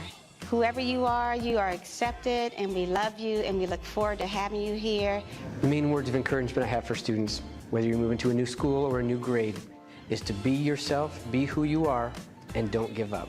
I'm really excited to meet our new middle school students who are coming to 7th grade. Middle school is an interesting and weird world, but we are ready for you, and we can't wait to help you prepare in the next 2 years for high school. One, I'm excited about our students, families, and staff returning this year to continue the work that we started last year. Secondly, I'm excited about the partnership that we've created and the journey we're about to embark on. Hello, Dayton Public Schools. You are in the right place at the right time, doing the right thing. So, be informed, be inspired, be reflective, but yet be relevant. Be thankful and be thoughtful, but above all, be you. Looking forward to having a great and exciting school year. My name is John L. Foster. I'm a math teacher here at Ponus CTC, and I'd like to say I am DPS. I enjoy working with my students, helping them to learn what they need to learn for the day. I enjoy the interaction. I enjoy that road of discovery along with the students, help us to get from point A to point B in terms of increasing their knowledge and also increasing their wisdom as well concerning mathematics. Superintendent Lolly and my math supervisor, Dr. Kurt, and of course my wife, and of course my colleagues, my math colleagues, and just my colleagues in general. They give them encouragement. We just like a big family, we just encourage each other. I believe DPS is a good place for anyone to start their career because we have children who are in need of having good mentors, good leaders, good teachers who are willing to show them love to help them to grow, because they might not get that entirely at home, but this will be a second family to them, to get that love and get the knowledge and get the education, the good education that they need to have to go and prosper in this world of ours.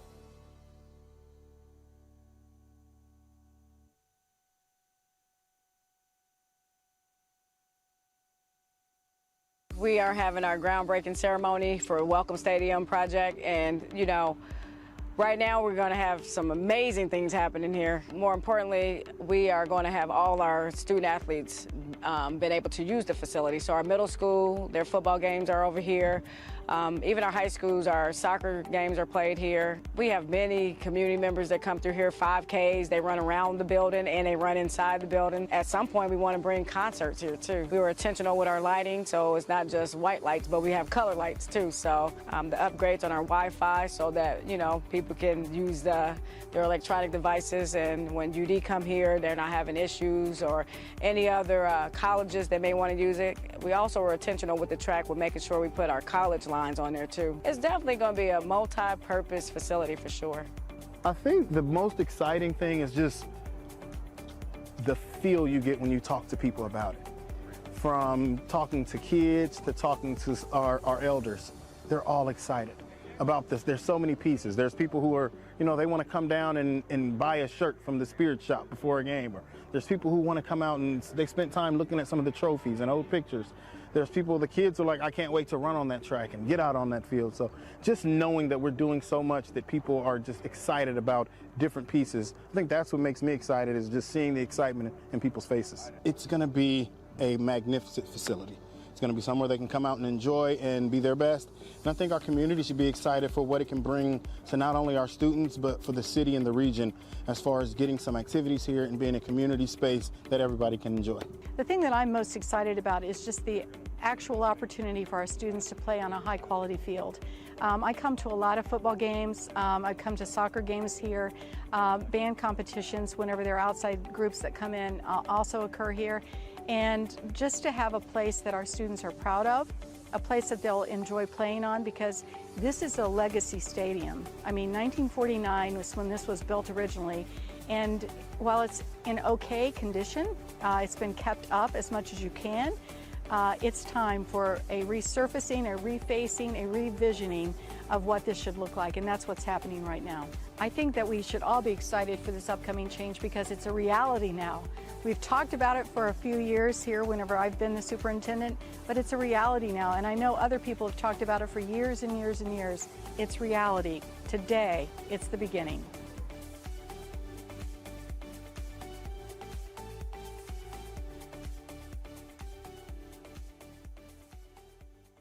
Project Surge is a transition to work program for young adults with disabilities. It is a unique program that is 1 school year in length. During that time, the students will participate in 3 targeted internships based on their interests and strengths. They will acquire competitive, marketable, and transferable skills through their internships. Some of the duties that they might participate in are cleaning, assisting patients and staff, delivering supplies, transporting patients, cooking, fixing things throughout the hospital. And then through these tasks, they learn valuable life skills such as how to handle constructive criticism, teamwork, appropriate communication for the workplace, critical thinking. If a student is committed to finding competitive employment, they will have a job when they are completed with this program. We are with them every step of the way.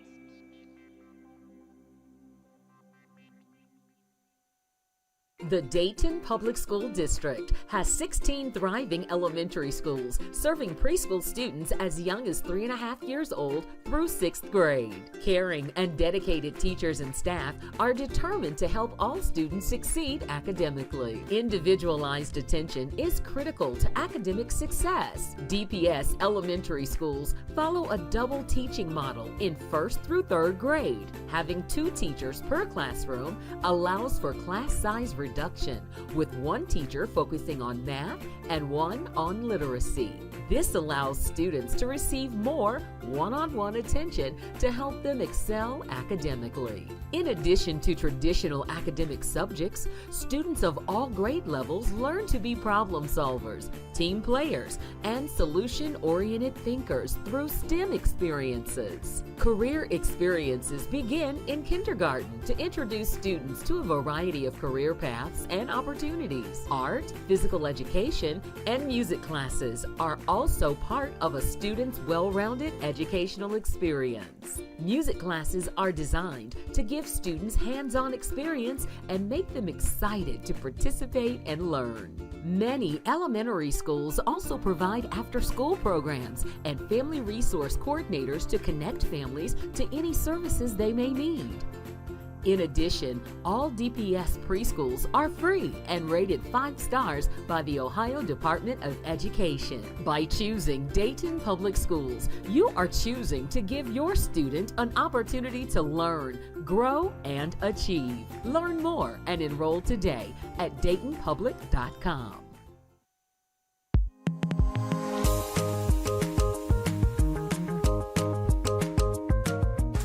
My day begins with students when I greet them at the front door at 8:15. And then I go to welcome them and help them get out of cars, greet the students. At that time, I kind of touch base with students just to see how they're doing and if there's anything that I can perceive that may need to happen with them or supports that I might need to give them or prepare for them. And then I always do morning announcements. That's something that I started because I think it's important for students to be greeted in the morning.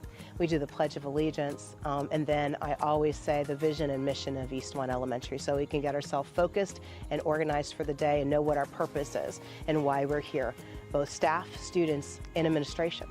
As a building administrator, it is critical and very important that you make yourself visible so that parents see you interacting with them and their kids.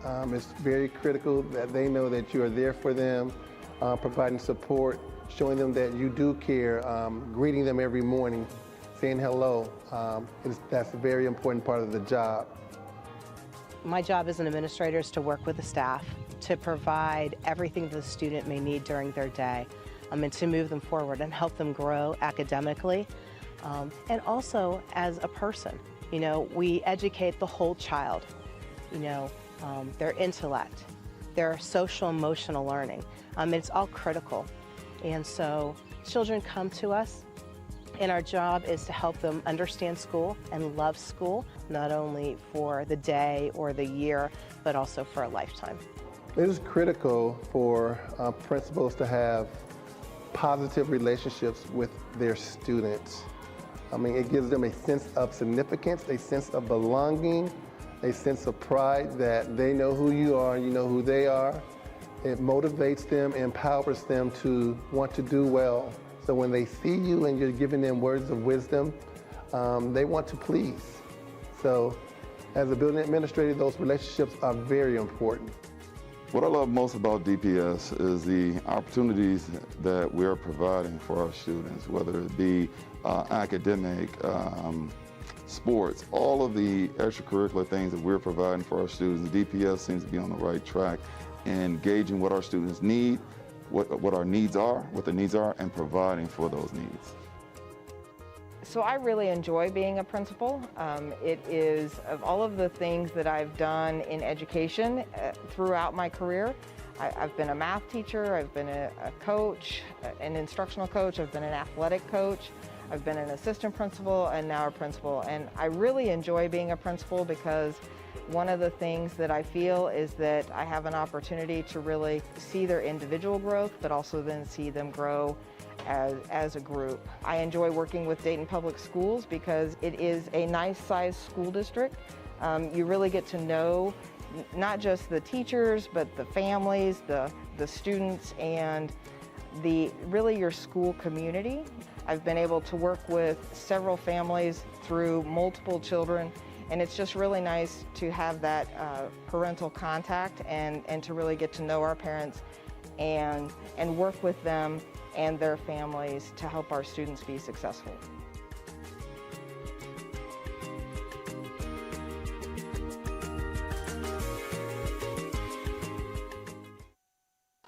Who am I? I was born in Diamond, Missouri. My birthday is January 1st, 1864. I was an inventor of peanut butter. I've never been married and no children. I passed away January 5th, 1984 due to anemia. I'm Jamarion Jeffrey. I attend Kaiser Elementary School. I'm in the 6th grade. Who am I? George Washington Carver.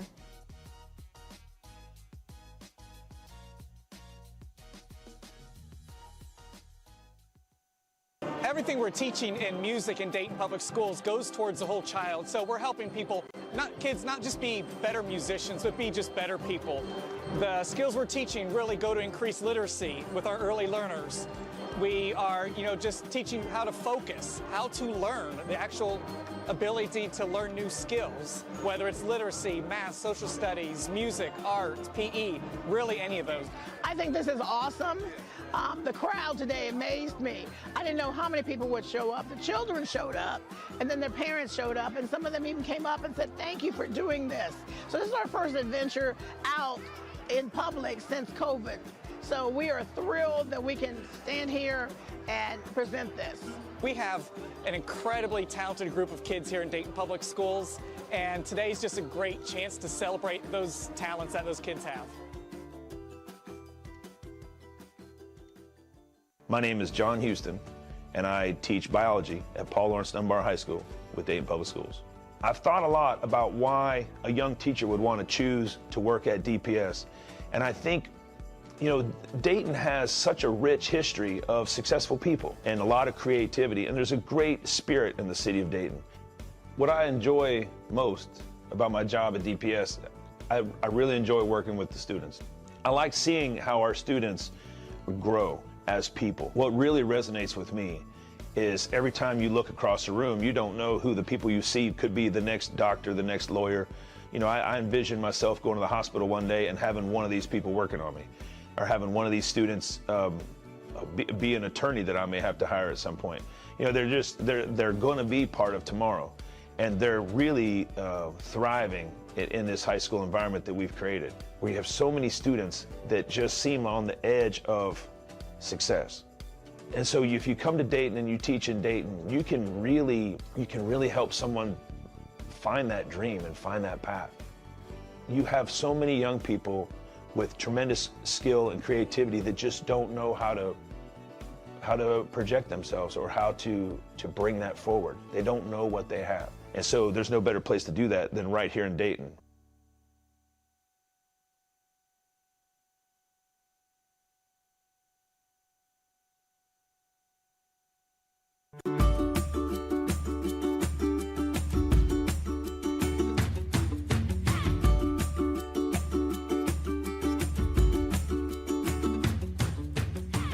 So in Dayton Public Schools, we're really happy to have Project Lead the Way, which is sort of a nationwide STEM program. They've got a whole bunch of different STEM classes, and our goal, we call it Gateway. It's a gateway to high school, right? So we're trying to get kids excited and interested in these different STEM areas, right? Whether it's robotics or engineering or whatever it is. And it doesn't matter exactly what they're doing here. They're learning those skills that you talked about, the 21st century skills, right? Teamwork, collaboration, problem solving. So we're using a lot of technology that is good for them to learn, but the real skills that they're getting is that problem solving and that collaboration, because the technology is going to change, right? And the key is for them to learn those skills. My favorite part is when the students take ownership. The other day we were doing robots, and a girl who always says, I can't do it, said, Miss Tubbs, look, I did that, I made that robot go. So that was kind of priceless. And I like them seeing the aha moments when they figure out something, especially the girls, when the girls that, you know, aren't really into STEM as much as the boys are. And when they get their robots working and they take ownership and pride in what they're doing and they're excited about it, that's really special to me.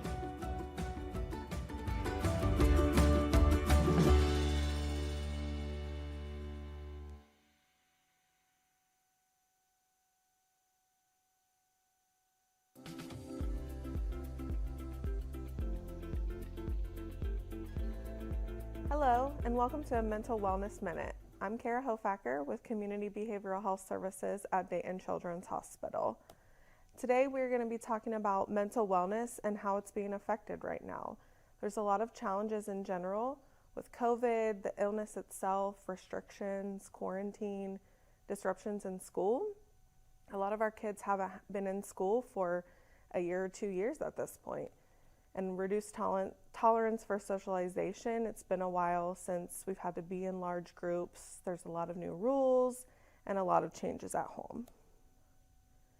So today we're going to talk about fears and worries and helping your child manage their fears and worries. Most children experience some level of fear or worry, and it impacts every child differently. We're hoping to be able to help you recognize them in your child and how they might impact them and how to help them feel more confident and empowered.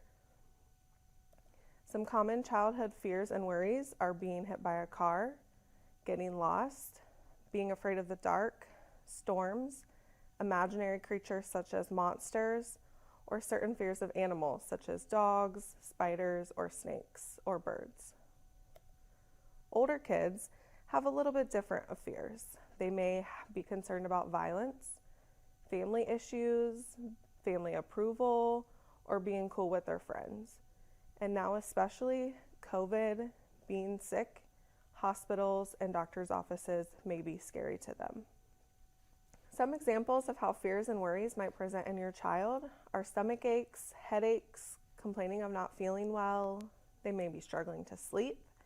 They may not want to go places or leave home or be without you as the parent. They may be avoiding certain situations that they used to enjoy. They might ask a lot of questions on a specific topic. Some children struggle with acting out, such as increase in behaviors or talking back, goofing off. Some children struggle with acting in behavior, such as withdrawing from friends or family or self-harm. And why do our children have worries? Some children are just more likely to develop them than others. Oftentimes, this can come through an experience such as walking by an aggressive dog that is barking loudly, or seeing the storm destruction from the 2019 tornadoes. Other times, this can come from witnessing another person's reaction to a fear, such as a sibling who is scared of an animal and seeing their fear when talking about that animal can rub off on them. Why address them now? It could be impairing their ability to function in school, such as failing classes or skipping classes, refusing to go to school at all. It could impair their social lives, withdrawing from friends or their favorite activities, sports they used to like. It can also overtake them if they're not addressed. Their fears may be irrational, and discussing generalizations such as all storms destroy houses or all dogs bite, which can really impact them from experiencing life. And this can provide you the opportunity to provide support to them and teach them about their fears. So what can you do? Talk to your child about their worries. Share your experiences relating to what they're afraid about. Normalize worry and share things that you might be fearful of or that you worry about. Set examples for them of how to manage their fears and worries. Teach them coping strategies such as breathing when they're overwhelmed, learning how to relax, imagination to take their mind off of what they're afraid of, self-talk to calm themselves down, or to seek support if they feel that they're overwhelmed. Helping them to gradually face their fears, such as if they're afraid of dogs, maybe meet some friendly dogs, walk by some dogs behind fences that aren't being aggressive, or take a class to learn how to interact with animals. Remain calm when they are scared. Support them facing things they cannot avoid, such as doctor's appointments, and praise them for facing their fears. Thank you so much for taking the time to invest in your child. Remember that fears and worries are normal for both adults and for kids. Just be mindful of how their fear or worry may be impacting their daily functioning, such as school or interacting with families and friends if they're avoiding certain situations. Be supportive, setting an example for them of how to overcome fears and normalizing having fears and worries. Come up with a plan with your child on how to tackle those fears and worries, and you guys can conquer anything. Thank you.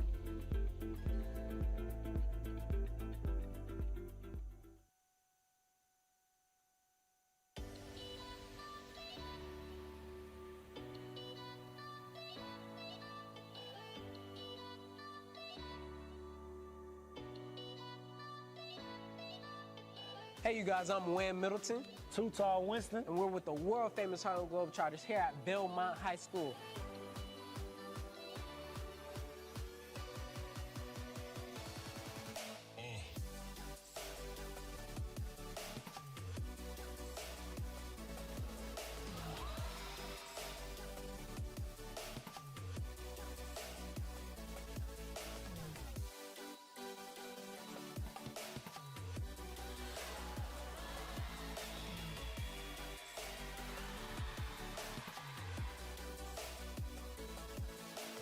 We just want to thank Dayton Public Schools for having us out here.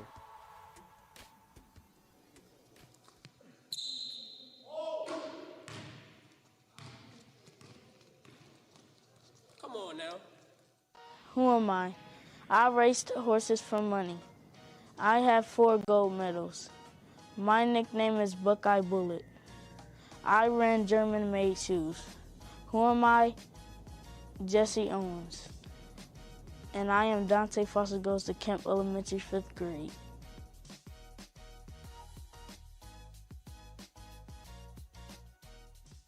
Students in grades 4 through 8 across the district are competing in Dayton Public Schools Math Olympics. This is an annual event that takes place where students have 3 competitions, a Battle of the Brains competition, and then there's a critical thinking and collaboration challenge where this year students are trying to break out of a breakout EDU box. They're applying all their skills from quarters 1, 2, and 3 to work collaboratively as a team and crack some codes through mathematical puzzles. And then there's also a design challenge where students this year have designed their dream home, and on the day of their competition they're presented with a twist from the judges, and they have to apply that twist given the mathematical parameters to their design and then defend their reasoning in an interview process at the end. Today's events are preparing the students for future careers and goals because they are really trying to strategize together. They have to lean on one another to determine the best way to get to their common goal.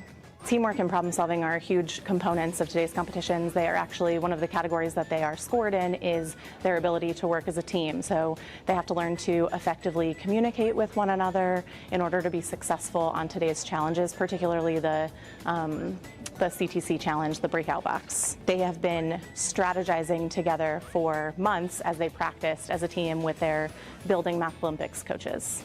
The goal is for them to increase their ability to problem solve and collaborate and think critically and really learn that math is fun.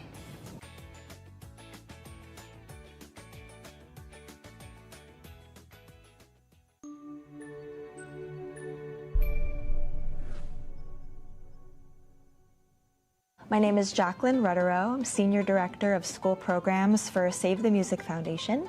We're a nonprofit organization dedicated to helping students, schools, and communities all around America reach their full potential through the power of making music. Save the Music is very fortunate to have strong partnerships with our manufacturers. And in Dayton, we purchased Conn-Selmer band instruments for the 3 middle schools this year. Conn-Selmer, in turn, kind of to add some support above and beyond, brought Mickey Smith Jr., the 2020 Grammy Music Educator Award recipient, to Dayton. So we have spent the last 2 days in all 3 middle schools where Mickey has worked hands-on with the students, really establishing kind of fundamentals, reinforcing proper posture and breathing and making a good sound on their horns. Here in Dayton, we've laid a foundation to support the K-8 schools. So all of the students in elementary school having access to high quality musical instruments to make music in school every week. And the middle school students who are picking up a trumpet or a trombone for the first time have a high quality musical instrument to reach their full potential. Also, with a superintendent like Dr. Lally, who is a former music educator herself, really prioritizes arts and music education and has made huge investments from her role at the district to ensure these programs will be successful and sustained for years to come. With this instance, my focus is to teach them the music, but it's also to show them that they're loved, they're valued, and they're wanted, and that there is so much promise inside of them. We have to show our kids now more than ever how much they matter. My time here in Dayton Public Schools has been nothing short of amazing. I love the energy. I love the enthusiasm of the students. It was so refreshing to come to a place where the kids really appreciate the opportunities that they're being given. And this is something I won't soon forget. And I want to tell those kids that may be watching and all those that are connected with this institution that what you do matters more than what you realize. And to keep on going and make those next steps the best steps and the next sounds the best sounds.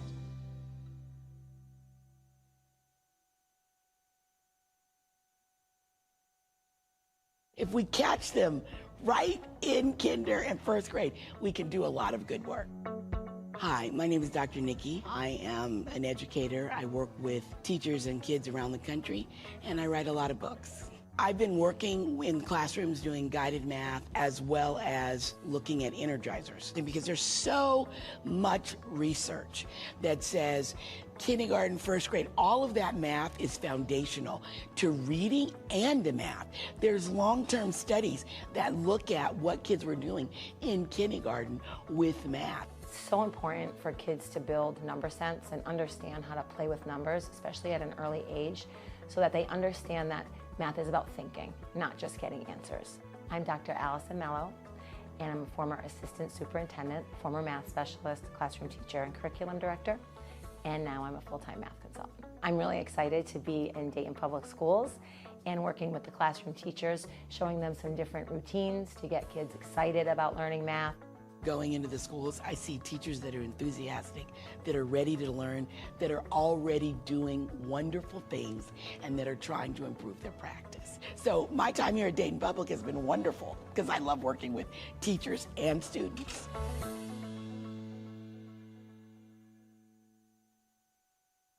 The Dayton Public School District has 5 middle schools that prepare students for high school and beyond. Edwin Joel Brown, Wright Brothers, and Wagaman are standalone middle schools, while Belmont and Stiver School for the Arts are both middle and high schools. A focus on continued academic excellence is present in all middle schools. In addition to their standard English language arts classes, all students take a reading course designed to ensure they leave middle school with the mastery they need to excel in high school. In addition to traditional subjects, Project Lead the Way courses are available to middle school students who want to explore STEM concepts while also learning valuable life skills. Classes like design and modeling, medical detectives, and automation and robotics introduce students to engineering design, the medical field, and more. Project Lead the Way courses are designed to teach students how to be problem solvers and critical thinkers while engaging in hands-on projects. In DPS middle schools, career exploration experiences continue with an emphasis on how students can form a path to their goals. Students spend time learning about career opportunities and the career technical education pathways offered in DPS high schools because it is important for middle school students to consider which one would be the best fit for them. All middle schools have caring, dedicated teachers and staff, along with guidance counselors to help students pick the best classes and high schools for their needs. By choosing DPS middle schools, you are choosing to set your student up for academic and lifelong success. Learn more and enroll today at DaytonPublic.com. I was just overwhelmed by the number of people who came out here today to welcome us, and the number of students who have already applied to Central State University to receive the free tuition their first year at Central State University. Our goal is to make sure that we're reaching out to our local schools and certain schools like Paul Laurence Dunbar. Principal Henry, who is here, is a graduate of Central State University, and we want to make sure that we're providing as much access for those students as possible. And we know that the cost of an education has increased. Central State University is one of the most affordable institutions in the country, and we know that many students are first generation. Many of them come from lower socioeconomic backgrounds, and we want to make sure that we're providing that access with this free tuition. I feel very excited. You know, it's a great opportunity. It's really motivational as far as, you know, going to school and, you know, because some children might not even was applying for college, you know, knowing that you might go for free. That right there just motivates you to do well and, you know, do better, especially when they stated that it would be over the years to come, you could still, you know, go to college for free. That's a possible 4-ride free college. That right there is an amazing opportunity, once in a lifetime opportunity. So, you know, it motivates me to go to Central State. It motivates me to keep my grades up, you know, and stay on top of everything so I can continue to get that free college. The beautiful thing about it is we had a number of students after they heard these things that stuck around because they wanted to apply. And just seeing how many kids come out of Dayton Public Schools right now that are wanting to move on, whether it be college, whether it be military, whether it be a trade. But we want to make sure our students are, you know, primed for success in life. So that's our long-term goal here at Dayton Public Schools, is to make sure that when we have these kind of things, it's almost an expected thing.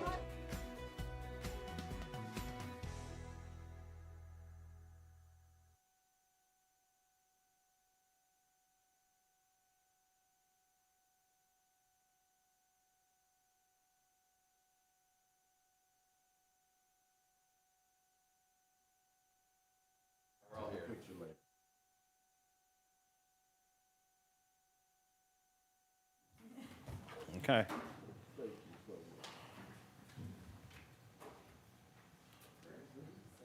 Let the record show that the Board of Education at Dayton City School District has just completed an executive session during which it met and conferred with an attorney involving pending or imminent court action and prepared for and reviewed negotiations with employees regarding their compensation or other terms and conditions of their employment. May I have a second to return to our business meeting? Moving second. Are there any questions on the motion? If not, may we have a vote? President Smith, Yes. Ms. Reinhardt, Yes. Mr. Sampson, Yes. Ms. Wiegany, Yes. Dr. Pickett is not here, Dr. Goodwin, Yes. Mr. Lacey, Yes. 6 yeses. We will return to our meeting now. Dr. Lally, your recommendations, please. I'd like to recommend the approval of the Human Resources Agenda as listed on the board minutes. I move to accept Superintendent Recommendation A. Do I have a second? Second. It's been moved and second. Do we have any questions on the motion? Dr. Goodwin. Yes. I just wanted to follow up from last week. I see we have several study coordinator positions on here.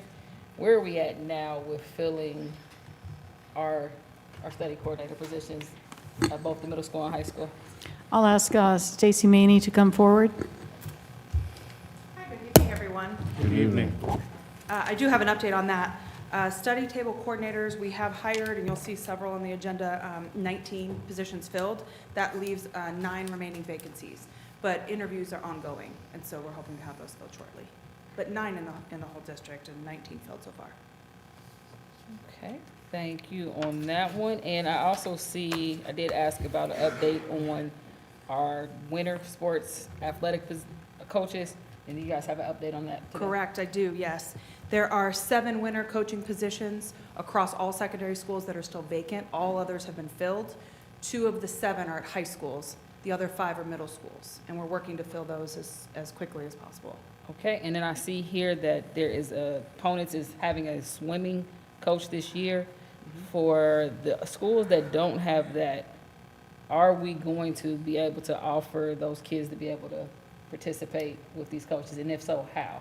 So my understanding is that athletics has been in touch with buildings about participation, and so where there are schools that can sustain or build a team or program and there's enough interest to create a team, that they are doing so, and then we fill a coaching position if there's enough interest to have a team. Okay, and can we utilize some of the channels to reach out, not only just to the children, but to their parents, to let them know that these opportunities are out here? And just those same things that they're putting in the buildings to let these parents know that if your child or you want your child to be involved, it is out there. Yeah, certainly, and we'll continue to communicate with athletics about that. And I have one more question about the intramural that I see, and I'm guessing I see them all at the elementaries. Is this the first year that we're having that back? And can you just tell me a little bit about, I see 2 directors for this and multiple leaders, and just a little bit, what is that structure? Yes, absolutely. It is the first year that intramurals has come back to our elementary since pre-COVID. So that's exciting because it's an opportunity for the elementary students to get to start do things. In fact, they've had their first intramural activity already several weekends ago, their first football activity. There are 2 designated leaders of intramurals who coordinate with all of the building coaches. The coaches are assigned at the building level. It's part of the supplemental extra duty that the principal assigns. It's teachers of any kind. And so those leaders coordinate all of that. So it coordinates what facility they will be at, what the rules are, gathering participants' names so that they're ready with awards because they pass out trophies and things of that nature at each event. And so they really organize the whole thing and collaborate and coordinate, make sure every school is represented, every elementary school. Okay, thank you. Actually, I have one final question. On line 11, I see this is a position at the International at Residence Park School and at Thurgood for adjunct band. We are offering, it's good to hear, are we offering band at the International School at Residence Park? So that's really good to hear that those, well, 7th through 12th grade, they have that. Are we offering something similar for elementary or just starting at There's music, there's just regular music for the elementary, just like there is in every building. And then band starts in 7th grade. Okay. And they actually had a concert last week. They played a song before every lunch period. Oh, that's cute. Okay, thank you. It was all woodwinds. Hey, woodwinds make it everywhere except for in the marching band is where woodwinds shine. Oh, oh my goodness.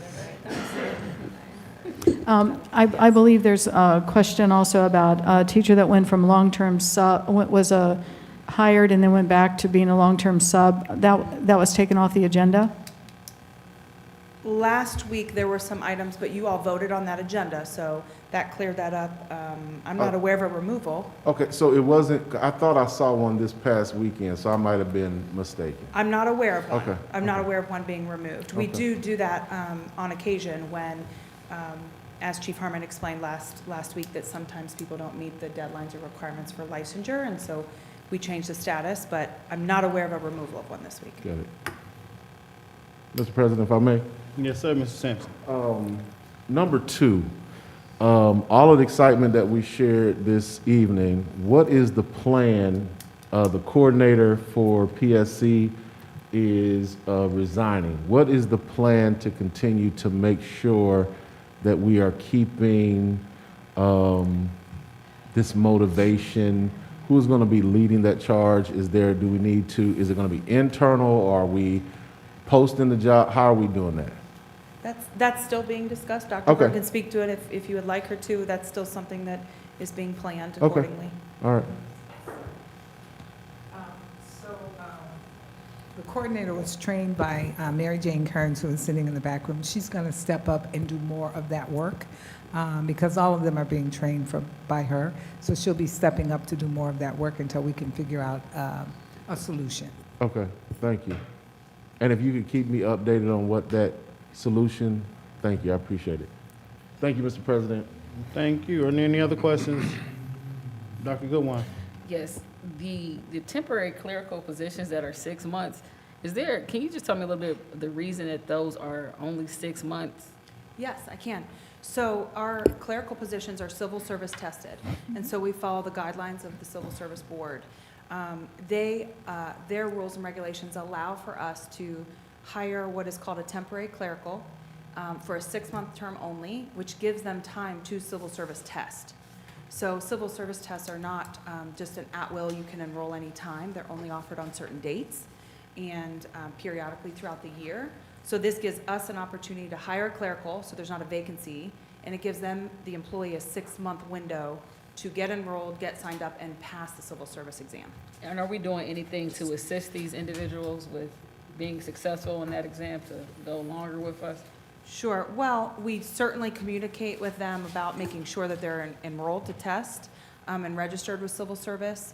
There's not much by way of any sort of a study guide or group or support that we can offer. However, I will tell you that in the past about 6 months, we as a HR, a group of us, went to civil service. We reviewed our clerical exam, and we really made it more 21st century and more applicable to what our clericals do every day on a day-to-day basis. And we have seen an increase in pass rates since then.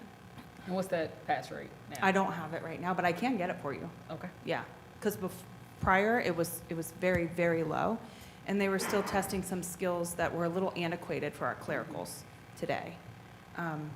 People aren't dictating to our clericals and they're typing words per minute. That's no longer as necessary as just technology skills and good customer service. Okay, thank you. That's all I have. Thank you. I had a couple questions, maybe for Dr. Lally.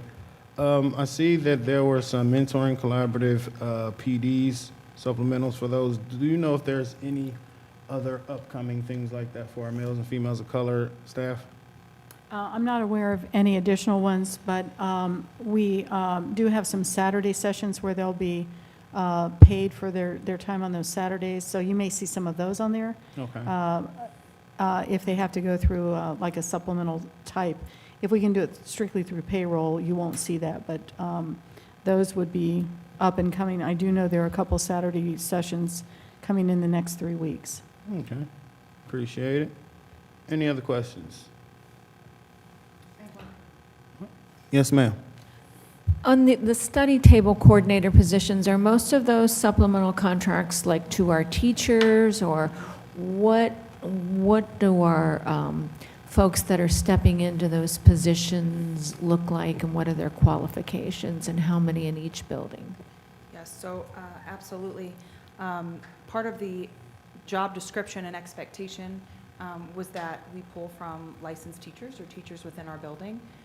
They're the ones who can best support, and I can tell you by building exactly where we are with the study table coordinators. So Belmont High School has 1, and we're looking to fill 3 positions. So 2 vacant, but they have one starting. Dunbar High School has 3 fully staffed. Meadowdale has 1, and we're looking to fill 2 more. Ponitz has 3 fully staffed. Stivers has 2. We would like to add a 3rd. Thurgood is fully staffed with 3, and Belmont has 2, and we'd like to fill 1 more.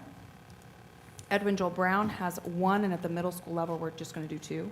So 1 more to fill, and same with Stivers Middle and Wagaman. Those 3 middle schools each have 1 apiece, and we want 1 more. And then Wright Brothers has both of theirs. And so the principals were involved in selecting the study table candidates to work with their students, and I believe, I would have to verify, but I believe almost all, if not all of them, are in the building already as a staff member during the day.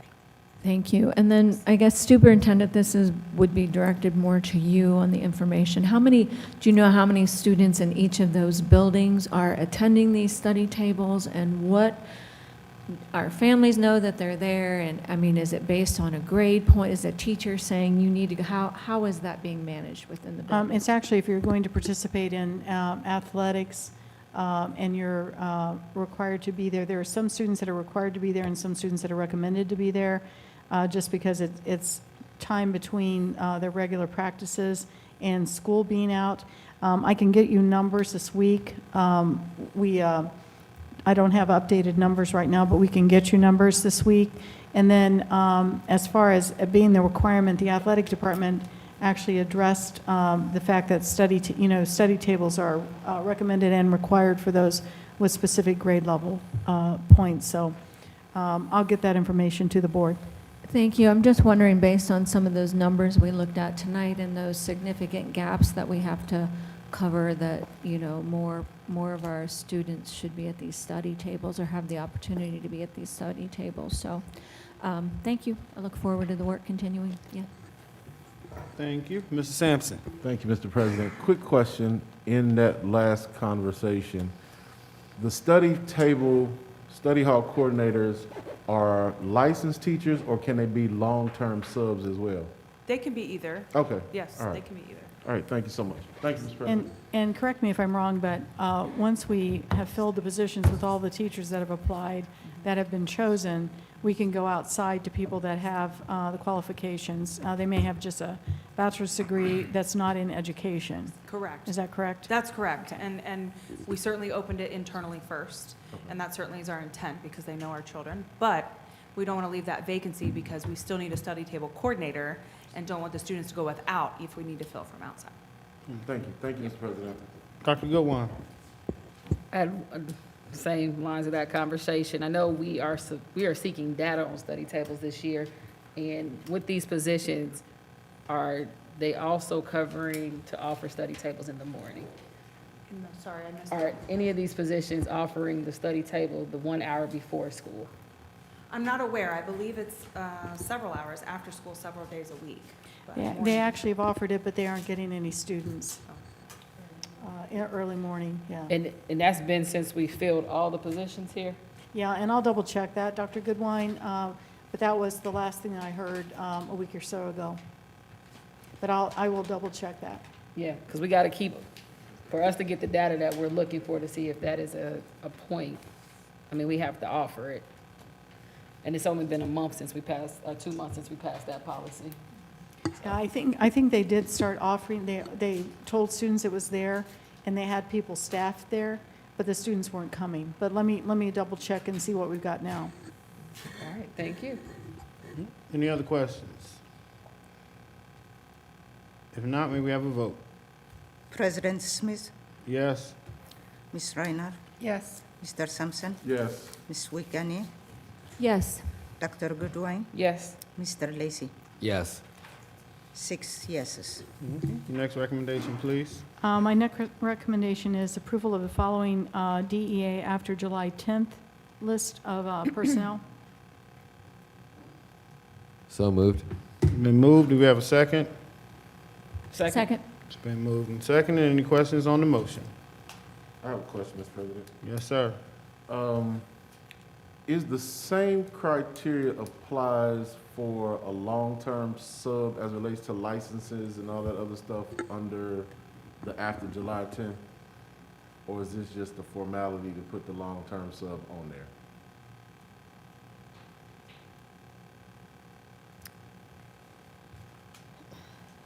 So our long-term substitutes are working under a substitute teaching license. They do enter into a contract with us, and as far as the July 10th goes, they are expected, just like any other first-year teacher, to stay under contract, and so that does apply. Thank you. Thank you, Mr. President. Thank you. Any other questions? No, may we have a vote? President Smith, No. Ms. Reiner, No. Mr. Sampson, No. Ms. Wiegany, No. Dr. Goodwine, No. Mr. Lacy. No. 6 noes. Your next recommendation, Dr. Lowry. I'd like to recommend the approval of the contracts listed. I move to accept superintendent recommendation C. Is there a second? Second. It's been moved and second. Are there any questions on the motion? See none, may we have a vote? President Smith, Yes. Ms. Reiner, Yes. Mr. Sampson, Yes. Ms. Wiegany, Yes. Dr. Goodwine, Yes. Mr. Lacy. Yes. 6 yeses. Next recommendation, please, Dr. Lawler. I'd like to recommend the approval of the consultant services list. I move to accept superintendent recommendation D. Do we have a second? Second. It's been moved and seconded. Any questions on the motion? See there are none, may we have a vote? President Smith, Yes. Ms. Reiner, Yes. Mr. Sampson, Yes. Ms. Wiegany, Yes. Dr. Goodwine, Yes. Mr. Lacy. Yes. 6 yeses. Next recommendation, please, Dr. Lawler. I'd like to recommend the approval of a memorandum of understanding with the OPSI Local 156, which provides an opportunity for provisional mechanics. I move to accept superintendent recommendation E. Do we have a second? Second. Been moved and second. Do we have any questions on the motion? See, there are none. May we have a vote? President Smith, Yes. Ms. Reinhardt, Yes. Mr. Sampson, Yes. Ms. Wiegany, Yes. Dr. Goodwin, Yes. Mr. Lacy. Yes. 6 yeses. Next recommendation, please. Recommend the approval of the following settlement agreement with OPSI Local 156. Details are in executive content. I move to accept superintendent recommendation F. Do we have a second? Second. It's been moved and second. Do we have any questions on the motion? Seeing that there are none, may we have a vote? President Smith, Yes. Ms. Reinhardt, Yes. Mr. Sampson, Yes. Ms. Wiegany, Yes. Dr. Goodwin, Yes. Mr. Lacy. Yes. 6 yeses. Next recommendation, Dr. Lally. I recommend the approval of the grievance settlement with the person listed on the agenda. Move to approve superintendent recommendation G. Do we have a second? Second. It's been moved and seconded. Do we have any questions on the motion? Seeing that there are none, may we have a vote? President Smith, Yes. Ms. Reinhardt, Yes. Mr. Sampson, Yes. Ms. Wiegany, Yes. Dr. Goodwin, Yes. Mr. Lacy. Yes. 6 yeses. And that concludes your recommendation, Dr. Lally? Yes, Mr. President. Thank you, Dr. Lally. Moving over, Madam Treasurer, your recommendations, please. I recommend the approval of the monthly financials for September as reviewed by the Finance Committee today. I move to accept Treasurer's recommendation A. Do I have a second? Second. It's been moved and second. Are there any questions on the motion? Seeing that there are none, may we have a vote? President Smith, Yes. Ms. Reinhardt, Yes. Mr. Sampson, Yes. Ms. Wiegany, Yes. Dr. Goodwin, Yes. Mr. Lacy. Yes. 6 yeses. Next recommendation, Madam Treasurer. I recommend the approval of the official minutes for September 1, September 13, September 20. Move to accept Treasurer's recommendation B. Do we have a second? Second. It's been moved and seconded. Do we have any questions on the motion? Seeing that there are none, may we have a vote? President Smith, Yes. Ms. Reinhardt, Yes. Mr. Sampson, Yes. Ms. Wiegany, Yes. Dr. Goodwin, Yes. Mr. Lacy. Yes. 6 yeses. Next recommendation, please.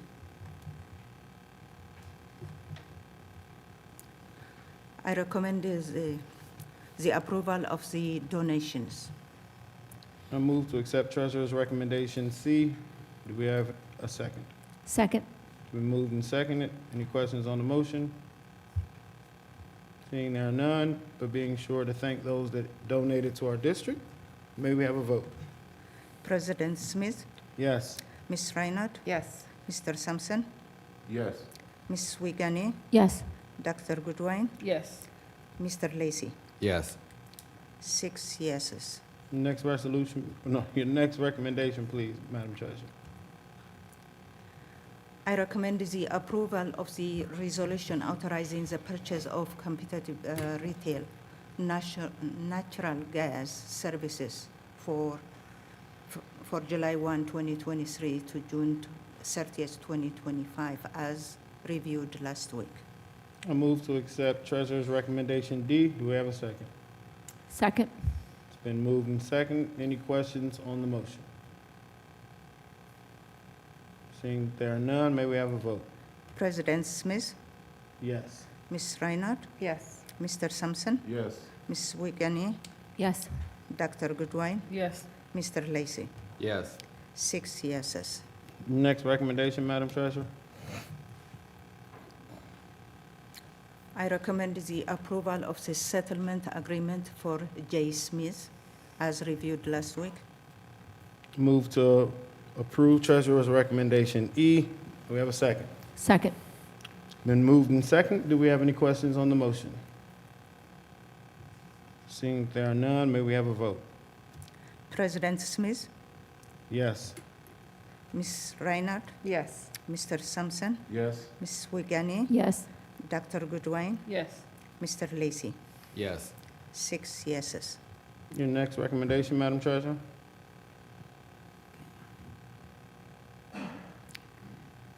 Okay. I recommend the approval of the settlement agreement for J. Vestal. I move to approve Treasurer's recommendation F. Do we have a second? Second. It's been moved and seconded. Do we have any questions on the motion? Seeing that there are none, may we have a vote? President Smith, Yes. Ms. Reinhardt, Yes. Mr. Sampson, Yes. Ms. Wiegany, Yes. Dr. Goodwin, Yes. Mr. Lacy. Yes.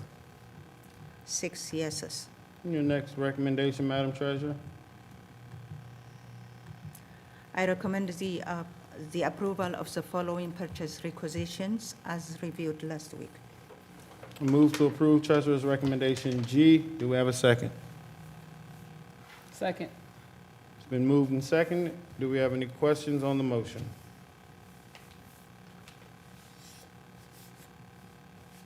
Seeing that there are none, may we have a vote? President Smith, Yes. Ms. Reinhardt, Yes. Mr. Sampson, Yes. Ms. Wiegany, Yes. Dr. Goodwin, Yes. Mr. Lacy. Yes. 6 yeses. And your next recommendation, Madam Treasurer? I recommend the approval of the following then and now as reviewed last week. I move to accept Treasurer's recommendation H. Do we have a second? Second. It's been moved and seconded. Do we have any questions on the motion? Seeing that there are none, may we have a vote? President Smith, Yes. Ms. Reinhardt, Yes. Mr. Sampson, Yes. Ms. Wiegany, Yes. Dr. Goodwin, Yes. Mr. Lacy. Yes. 6 yeses. That concludes my recommendation for tonight. Thank you, Madam Treasurer. Moving on to the new business, I recommend approval for the following travel: International LGBTQ Leaders Conference 2022. I move to approve our board member travel and expense. Do we have a second? Second. It's been moved and seconded. Do we have any questions on the motion? There are none, I see. May we have a vote? President Lacy, oh, I'm so sorry. Sorry, President Smith. Yes. Okay. Ms. Reinhardt, Yes. Mr. Sampson, Yes. Ms. Wiegany, Yes. Dr. Goodwin, Yes. Mr. Lacy. Yes. 6 yeses. Okay, thank you. We'll start down with Board Member Lacy. Well, I was almost promoted. Oh, yeah. I have just gotten up and taken a seat. That could have been fun. No, I don't have anything. All right, Board Member Sampson. Thank you, Mr. President. If I may, I just want to do a whole bunch of shout-outs. Since the time we were together last month, I have an opportunity to go visit a few buildings, just to go see what's going on in our buildings. And I'm excited about the things that I see. And so, first school I went to after she was on the news, being a superstar, I went to go see Principal Kelly at Belhaven. And Belhaven is doing some great things. I had the opportunity to watch, I call her a rock star, the secretary, Ms. Northcutt.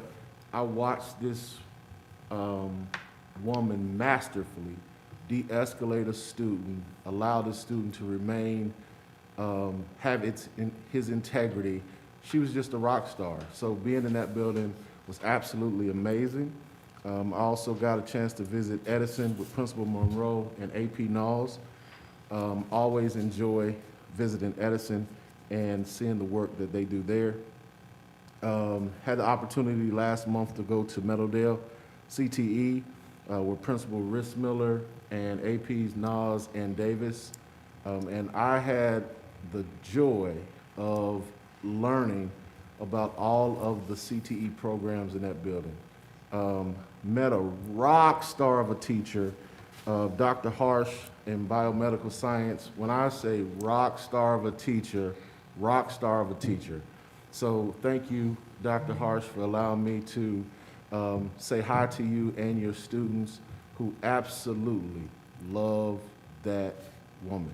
And then I went to Stivers, got to see the band gala practice in the parking lot. And so, Dr. Goodwine, woodwinds make the band. Say it again. Say it again. Dr. Lally didn't hear you. Woodwinds make the band, you know. So it was good. It was good to see the band practicing for their gala. I got a chance to see some homecoming proposals. It was good to be in that building. And then I was able to visit Edwin Joel Brown. Got a chance to see Principal McDowell, APs Bryant and Winston, and got a chance to talk to some amazing intervention specialists in that building. And so I've had a joy of seeing the things, the learning that's going on in the buildings, teachers excited teaching, principals and assistant principals doing what they can to make sure that our scholars are receiving the best education possible. And then lastly, I want to shout out Dr. Lally and Dr. Ramo and Chief Dooley for taking a meeting with me to talk about CTE. It was an informative meeting. I'm learning more and more each day about CTE and the importance of CTE and the programming that is happening, the availability, the things that are happening for our students. I absolutely want to say thank you for taking that meeting and just educating me more. I think that's all I got, Mr. President. Thank you for allowing me this opportunity. Appreciate it. Vice President Reiner. I have a couple items to update. I'm waiting for first reading since Dr. Pickett is not able to be here. So if I could get a notification when that is up. A few updates. I attended the Southwest Region Fall Conference for the OSBA. I've gone several times. I met with and talked to many board members across the Southwest region. It's always an interesting experience to hear what's happening in other districts. Many things alike, many things not. Great opportunity to recognize teachers across the region as well. I'm looking forward to attending the Capitol Conference next month. I understand that there are several board members who are attending. Dr. Pickett and I, along with Rachel Underwood, will be presenting about the international school. A couple of legislative updates. The State Board of Education's Ad Hoc Legislative Committee met on October 11th and discussed two resolutions that, if passed by the full board, would make recommendations to the General Assembly. The first one actually is relevant to you, Board Member Lacey. I didn't want to interrupt when you asked this question earlier. But the first resolution that unanimously passed the committee would recommend the repeal of the provision of the third grade reading guarantee law that mandates retention of a third grade student who does not meet a minimum score on the third grade English language arts assessment. The data showed that few students who were retained reached proficiency when they retook the third grade ELA assessment. So the full board will reconsider the resolution at the November meeting. The second resolution recommends that the General Assembly allocate dollars from the American Rescue Plan Act to provide all students in Ohio a free breakfast and lunch. The committee did not vote on the resolution, but plans to gather additional data, including the cost of school meals, among other information. This would be really important to districts such as ours. Every single district, I think, would benefit from this, but especially those that are hard hit by high levels of poverty. And the last thing I want to discuss, which is of great concern, I think, of this district, is that the State Board of Education voted 12-7 to send a resolution to the Executive Committee for further consideration. This resolution opposes the proposed changes to the federal rule that would interpret Title IX as banning discrimination based on sexual orientation and gender identity. What is happening against our Q+ students is horrendous. I am so deeply disappointed in the bigotry that exists against Q+ students. It shouldn't take a family member or a person to make it real. But as somebody who has several Q+ people in my family, I have a trans kid, this is important. I was actually really impressed by the Toledo School Board that on the 10th, I believe, passed a resolution opposing the State Board of Education's resolution. It was very strongly worded. I have not talked with other board members about this yet, but if interested, we just passed a resolution last week. I would love to bring a resolution in support of our Q+ students to this board for consideration. I cannot emphasize strongly enough how much our schools need to be safe spaces for all Q+ students, all Q+ staff, all Q+ teachers. They exist. Denying that they exist does not make them go away. Being cruel to them does not make them go away. It only makes their lives more difficult, and it increases the risk of suicide. It increases the risk of self-harm. Every single person, whether student, teacher, or staff, deserves to know that they are loved and accepted. And I know that our district believes that. And with that being said, do we have the first reading for policy up yet? Okay. You want us to come back for policy? Sure, thank you. Board Member Witt Gagne. Thank you. Thank you to all of my board colleagues for their continued work here. Thank you and congratulations to our superintendent who was named Superintendent of the Year. For my, yay! Yes, much work to celebrate, much work to be done, clearly. And I think that we have a great team that we're continuing to show up to do the work. My report this week, or for this month, would be that I have confirmed that we have our first Business Advisory Committee meeting set for the year for November 3rd. Our location will either be probably in our community room across the street, or perhaps maybe at Welcome Stadium if the weather would permit. I'm circling around a few ideas there, and the superintendent and I are going to talk over some of those as we begin to set the agenda for that meeting.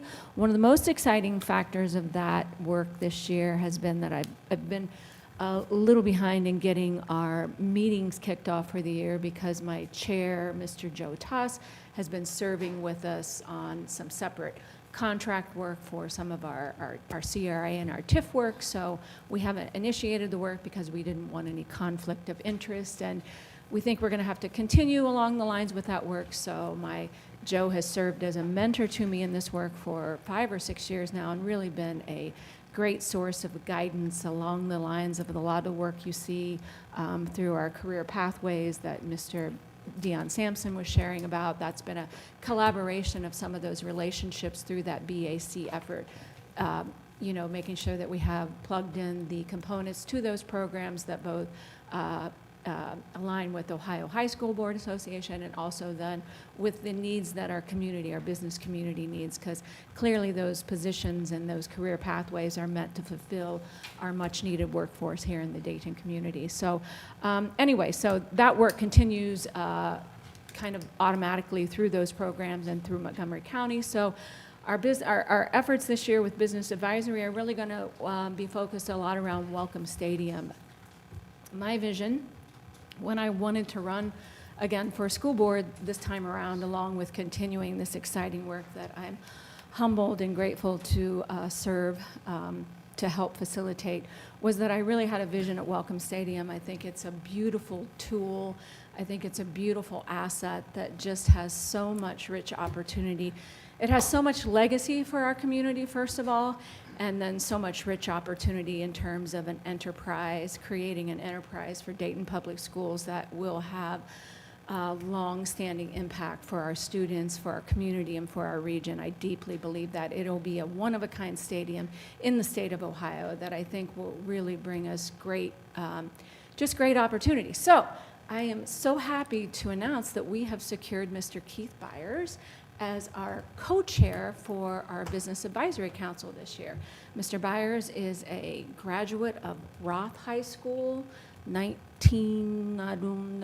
something like that. He is a former NFL football star, and I think will really bring a lot of wonderful things to this project to help us really create this enterprise that we're continuing to envision as we go along. So look forward for some really exciting work around that. I'm super grateful, and yes, so thank you all for your continued service. Thank you to our team who continues to present this information, and I appreciate you all. Thank you. Thank you, Ms. Witt-Gagne. I think if we refresh, our first readings are up now for Vice President to review. Let me see if everybody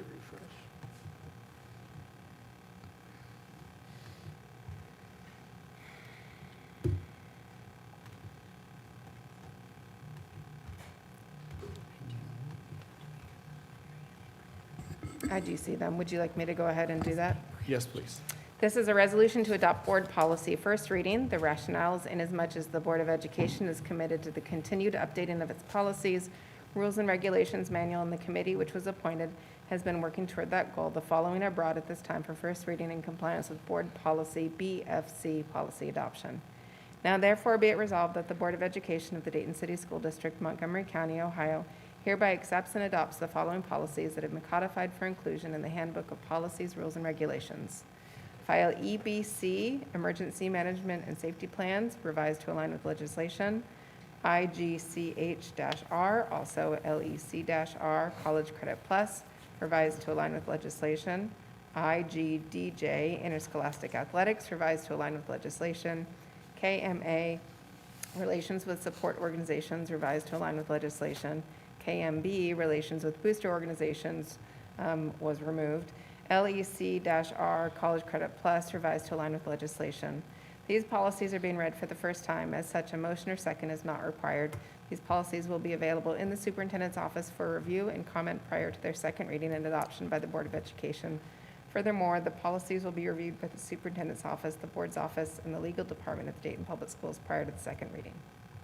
Thank you. If anybody on policy could just answer which, or maybe that's something we can look into later, why was the relations with booster organizations removed? Was there something else that took its place, or Dr. Lally?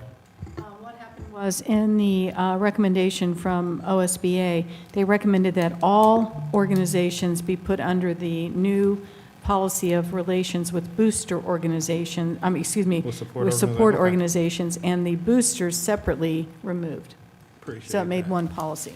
Makes sense. Thank you. Dr. I really don't want to do this. I've heard too much Colonel White stuff today. Dr. Goodwine. Should be proud. I do have one question before I get into my own stuff. Are we, as a board, going to add the business manager recommendations, if he ever has any, to our agenda? I know we changed our organizational chart. Are we going to approve that at the next meeting? Does that need to be brought forward now? Anyone? Any thoughts? If you guys don't know, I mean, I guess stare at me blankly. I think it's definitely something we could do. I mean, are we pushing it off? Or are we doing it? I just seen in the past that the board formally adopts the organizational The org chart, and has everybody, well, we would have to put it on the agenda here and then make it before a vote, which we could do if we wanted to do now, or if we wanted to do it at the review meeting next month. So. I mean, don't all speak at once. I mean, No, I'm curious. Either one is fine for me. Either way is fine with me. I just want us to stay in line with what we got going on. Mr. President, if I may. Yes, sir. In line with Dr. Goodwine's question, I would like to place it at next month's meeting. I know we received the updated, but it'll give us an opportunity to look at it in detail, and if there are any questions that we could hash all of that out before we vote on it versus having a whole bunch of questions if we were to do it today. If that would be the pleasure of the board, I would like to wait till next month. That's fine. I mean, we also need to add on, because we need to update our agenda too. The agenda. Because we'll be adding a third Put on that third thing for recommendations. Those both should be there. Yeah, so with that, I'm not in disagreement. I do want to say that if we're going to do that, then any questions, can we make sure that we ask them before? that meeting so we can come ready to vote on that day. And then also, if we can have that be ready to be placed on the agenda once we have that. Well, be ready to place on the agenda since our business manager has been already hired and brought on board. Question, Mr. President? Yes, sir. So with the questions, are we going to schedule a special meeting for us to talk about it, or are you saying just submit our questions Submit those questions so we come in, and then, if there's still any lingering things, but things that we have the ability to ask, reach out to Superintendent Lally, Treasurer Abraha, our business manager, Dr. Lawrence, if we can start that process during the time. Same way we talk about asking some of the questions that we want information for, so then also they can be prepared with any information at the board meeting if there's questions that they need to get information for. Got it. To better prepare them for any questions we may have as well. Got it. Thank you, sir. No problem. And I will kick it back to the illustrious Dr. Goodwin. Woodwind saxophone section. Way better than the brass when you're in a enclosed room. But first, I want to give a shout out to my mom. Today is her birthday, and I did nothing for it, and I'm at a board meeting right now, and she had to go to work, so that's the life of an adult. And I also want to give a shout out to my aunt, my mother's younger sister. Her birthday was yesterday, so for one day, they were the same age. It's nuts, right? Every year it happens. It's great. Second, I want to give a shout out to Dr. Virgil Goodwine, which just so happens to be my older brother. Him and the Wilberforce Hound of Sound, I think that's their name, I may have messed it up. They came out, Hounds, with an S on there, Hounds of Sound. They came out, and for that solid 15 minutes, you didn't see much movement in our stadium because people were focused and glued in. And then I heard also a part of that field, a part of that team was a recent graduate from Belmont who was on a woodwind instrument, saxophone up front, and he was out there, and it was great to see firsthand that this was their first live performance on a football field. It was at our stadium, and we had DPS alumni involved from the direction of the band, performing in the band, as well as being instructors in the band. So thank you for that. And also everyone who helped make that possible, with Dr. Lally, Executive Director Jones, Sam, all of you guys, you did a great job. I don't know if you really did anything, Sam, but I just wanted to put you in there. I did have the opportunity to attend several schools, and the elementary schools have some of the best artwork on them. I believe it was at Rosa Parks where I got to take some pictures with the little wings, and you got to get really low so you can be in the pictures. I got to meet one of our classroom helpers. I don't remember her official titles, but this woman is in her 80s, and she is still showing up every day. And that is super impressive to know that you show up every day, you love what you're doing, and you enjoy it. So that team over there, just really thanks for having us. I got to attend Dunbar this past week for their homecoming. There's no clapping down there. I didn't see you with me in the building, sir. See? But I got to attend Dunbar for their open house, and it was a magical event. The spirit, you could see it all throughout the building, from every door display to the live band to the recruitment of college and other resources in the community. You can see that team over there put a lot of effort in making sure that the students really felt homecoming as it was coming through. So I look forward to, I believe we still have one homecoming left this week, which is Thurgood. I didn't get to see Ponus, but it's really good to see those things. I want to give a shout out to Zach in the IT department. I've never been to the IT department until recently. I recently got a Chromebook from the district. I will say on the record, Chromebooks are horrible, and I will adamantly vote against them every single time because they are not real devices. But Zach and the entire IT team did a great job of helping me out. And I also got to see that a lot of our recent graduates from Ponitz are filling many of those positions in IT. So it's really good to see they went right into, those who did go right into the workforce, they are still with the district, and they are utilizing some of their skill sets that they not only developed at Ponitz, but they're now being compensated as employees from the district.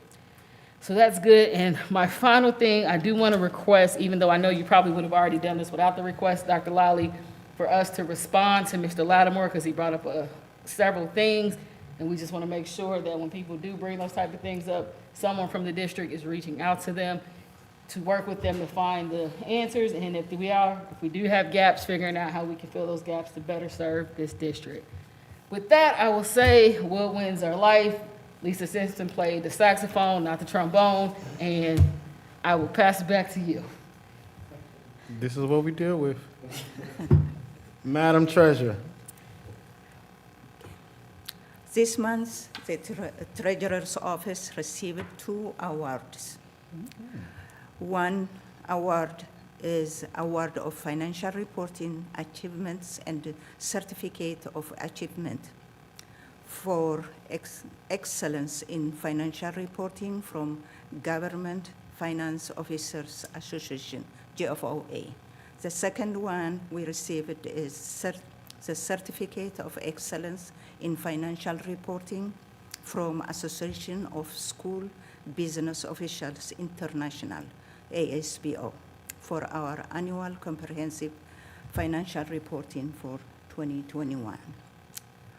So this accomplishment couldn't have happened without the hardworking, dedicated treasurer's team and the support of the board, the superintendent, and the district. Thank you so much. You are the best, my team. They are the best. As always, continue the work. And pass this one. I'm a damn This is cheese. the one. Is that all, Madam Treasurer? Yes. Thank you. Before we go to Dr. Lally, I would like for our board to come down and join us in front of the dais.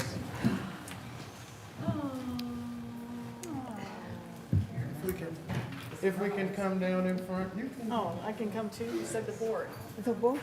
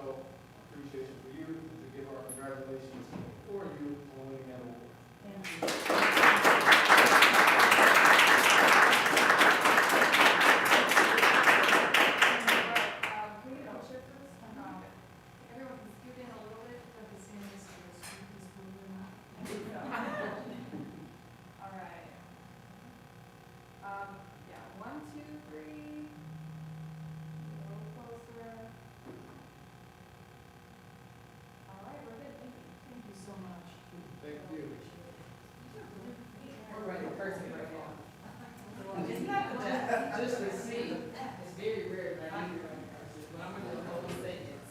Thank you.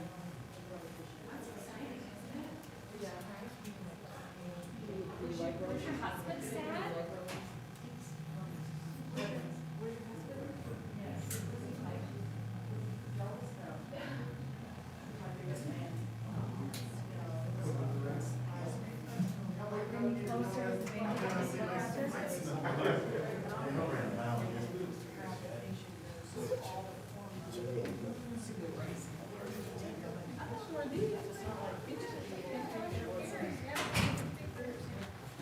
Any baby news? Just started at 5. Right. That can be that way. Now, if there's any new business by Dr. Lally. Well, first of all, thank you to the Board of Education for your support. And I do have to say that, you know, as someone who's been selected as the Ohio Superintendent of the Year, when you're a leader, it's not you by yourself. It's your team. It's every single person in this district that makes a difference and helps you achieve those things that you set out to achieve. So the Superintendent of the Year really is about an award that goes to the Dayton Public Schools because of them and because of the work we've been able to do to make the improvements that we've made over the last 6 years. The recognition comes to the superintendent, but it belongs to all of us. So thank you to the Board of Education and my previous board and all the staff members here in this district and the team members that work every day to make Dayton Public Schools better for our students and for our students and our parents, because that's why we're here. So thank you so much for that. I really appreciate it. We had an exciting week last week. I too was out visiting, so I've been in 15 buildings over the last couple of weeks and see some of the same things that all of you are talking about, positive things that are happening in the schools and teachers that are engaged. I went into a preschool class and I was so excited to be in that preschool class, and the teachers were so excited for me to be in that preschool class. I wanted to stay there all day because they're just so much fun. But I had to go to other places, but then that teacher wrote me a note and said, please come back. You know, we really enjoyed having you here. So I plan on doing that into that particular classroom because it was just so much fun. But it's a good place to be in the schools and to see what's actually happening. We actually had international school students. There were flutes and clarinets and percussionists who performed before each lunch period on Friday. And they were very, very good, and they've only played for a month. So our music programs are starting to produce. I let Mr. Sampson listen on my phone Friday night as the Belmont Drum Corps played. I held up my phone and I said, listen to this at the game, and they were absolutely phenomenal. So people probably wonder why I push the arts as much as I do, but I believe that when you're in something that connects you with other people, like music connects you with other people or art connects you with other people, that you have that relationship that you build, and because of that relationship you tend to show up and you tend to work hard for your teammates, for your people that are sitting next to you in those band programs, the artists that are sitting next to you sculpting like you're sculpting. And I just think that really is what builds a relationship and connects you to other people. And that's why it's important to me to continue working on that with everybody here. We did have a great night at the Dunbar Homecoming. Dunbar and Thurgood played. Wilberforce band was phenomenal, and no one moved in the stands.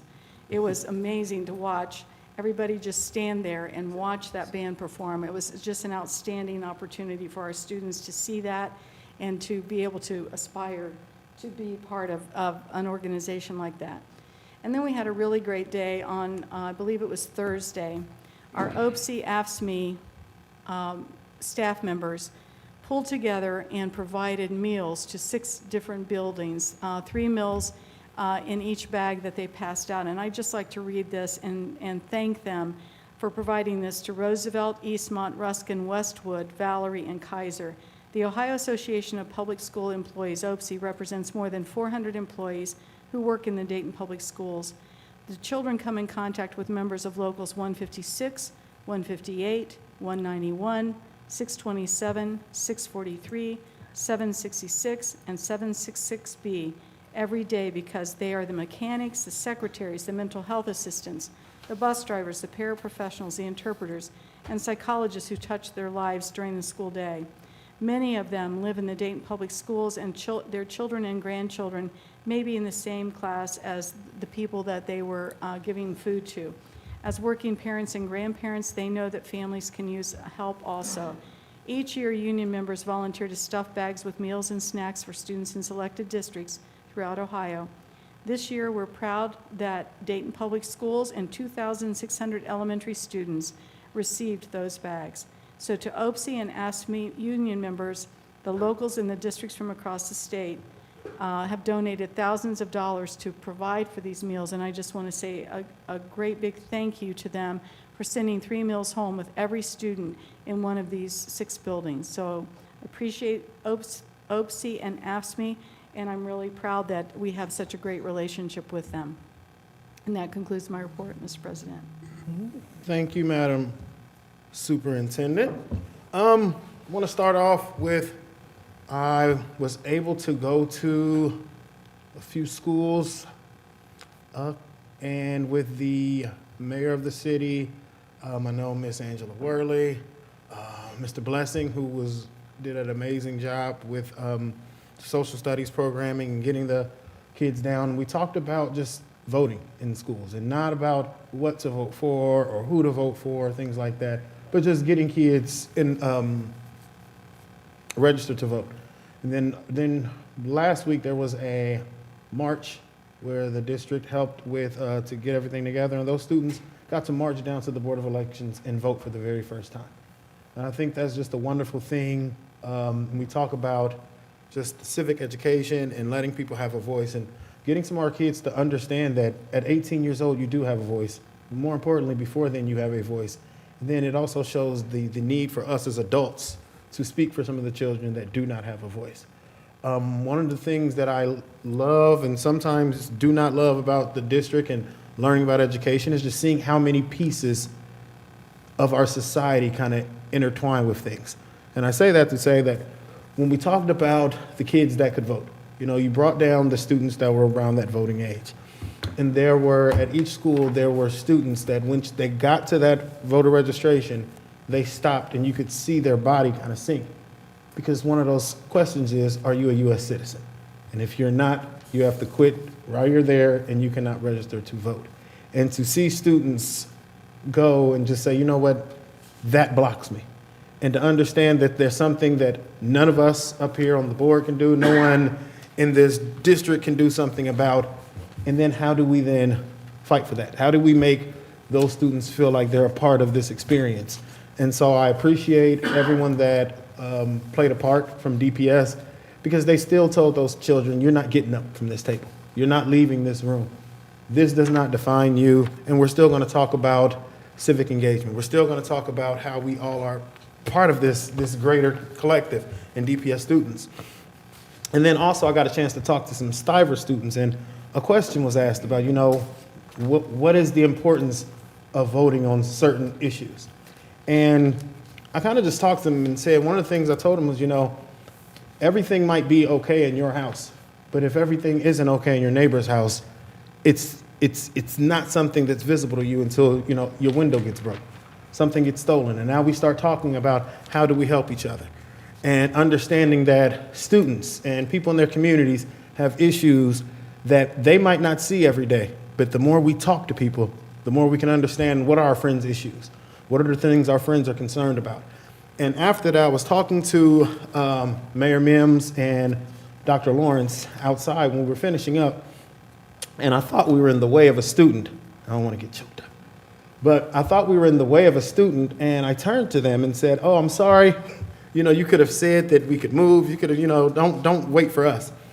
And that student said, no, I was waiting for you because I really appreciate the fact that you talked about how somebody's issue may not be important to other people until they learn about how it affects everyone. And that's how I've been thinking about how do I spread awareness for LGBTQ plus students. And to see that, that link, that understanding, and when we talk about these things, and they were like, and asked, hey, would you like to, talk to me, and could we get some people from other schools together? And, it was a great time. And actually, Dr. Lawrence and Mayor Mims knew some of the people that they were trying to connect with. And like just seeing that piece where you think you're coming into a building to get kids registered to vote and not understanding that you're tapping into something larger. So I want to appreciate Dr. Lally and Mrs. Blessing and Angela Worley as well for the help they did to get all of those students in those rooms and the work they did to not make it just about voting, but to make it about learning about each other to make this world a better place. I want to give a huge set of props to our opponents' boys soccer team. Not only did our athletic department get to host a tournament soccer game, which now makes another first because we hosted a softball game in the last softball season. We were able to host a soccer game this year, and they actually went out and had a victory in that, which is a long time coming for our district, in understanding that these sports that we don't look at as the basketball, footballs, and tracks and understanding that we're growing in those. And when we grow in those, we provide opportunities for more students to meet more people, to feel excited, to just see those kids who, and a lot of those kids are newly arrived students, and to see those kids get embraced at school for doing something that other students haven't done, it really like raised their profile. It made them feel great. So I really want to shout out that and shout out our athletics team for continuing to build up these new sports. And also, I was talking to our athletic director, and she shared a message with me, and I'll share it, and I'll apologize if she didn't want me to, but I think I love bragging on our kids. A school reached out to them that they had played, the Ponitz boys, and that message read, you know, that game was the best game I've seen all year. Our team only has one loss this season, but that game was the best game, and we appreciate the camaraderie your team showed and everything.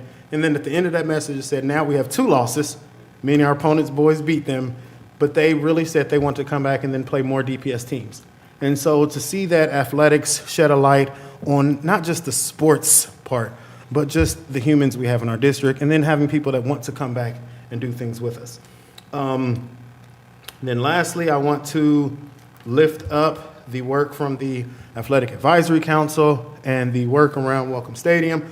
Recently, I was able to go over to the service building with Ms. Witt-Gagne and look at some of the artifacts that are in our service building and talk about some of the things we're doing about archiving those things and some of the things we want to do when we update our Hall of Fame. And we're having a meeting tomorrow to talk about some of that Hall of Fame criteria and, you know, just really working through those things. And as a side, I took 2 pictures of things that, you know, were there. And one was a set of beavers from the old Patterson School, and another was an old picture of the original E.J. Brown building. And it was from an aerial photo from years ago. And I posted them on social media, and you had people immediately posting their class from Patterson, posting when they went to E.J. Brown, asking to buy these things, and just showing that there's so much love for people who really grew up, and understanding that there are so many buildings that aren't around anymore. There's so many traditions that aren't around anymore. So I really appreciate it, Chief Hurwitz, for allowing us to go through there and look at those things. And I mean, you could spend a day in there and just going through there and understanding that just by those 2 pictures, I saw that need to be able to put these things out on display and share with people and really get people to come back. Because most of the people that posted on social media, they don't have kids in this district. They're not in this district. But people reached out and inboxed and said, you know, if I would ship these beavers to them, they would pay for everything. And no, we would not sell the beavers. Miss Kidd would do something to me if we did that. But I just want to say there's so much that we have in our district that we need to share. And understanding that on top of that, there is so much more work to do, as was talked about today. There's so much work to do, and the only way we're going to do that work is if we be creative, we be innovative, and we do it working together. And with that said, I will motion to adjourn. So moved. Second. Been moved and second, and I see no questions on the motion. May we have a vote?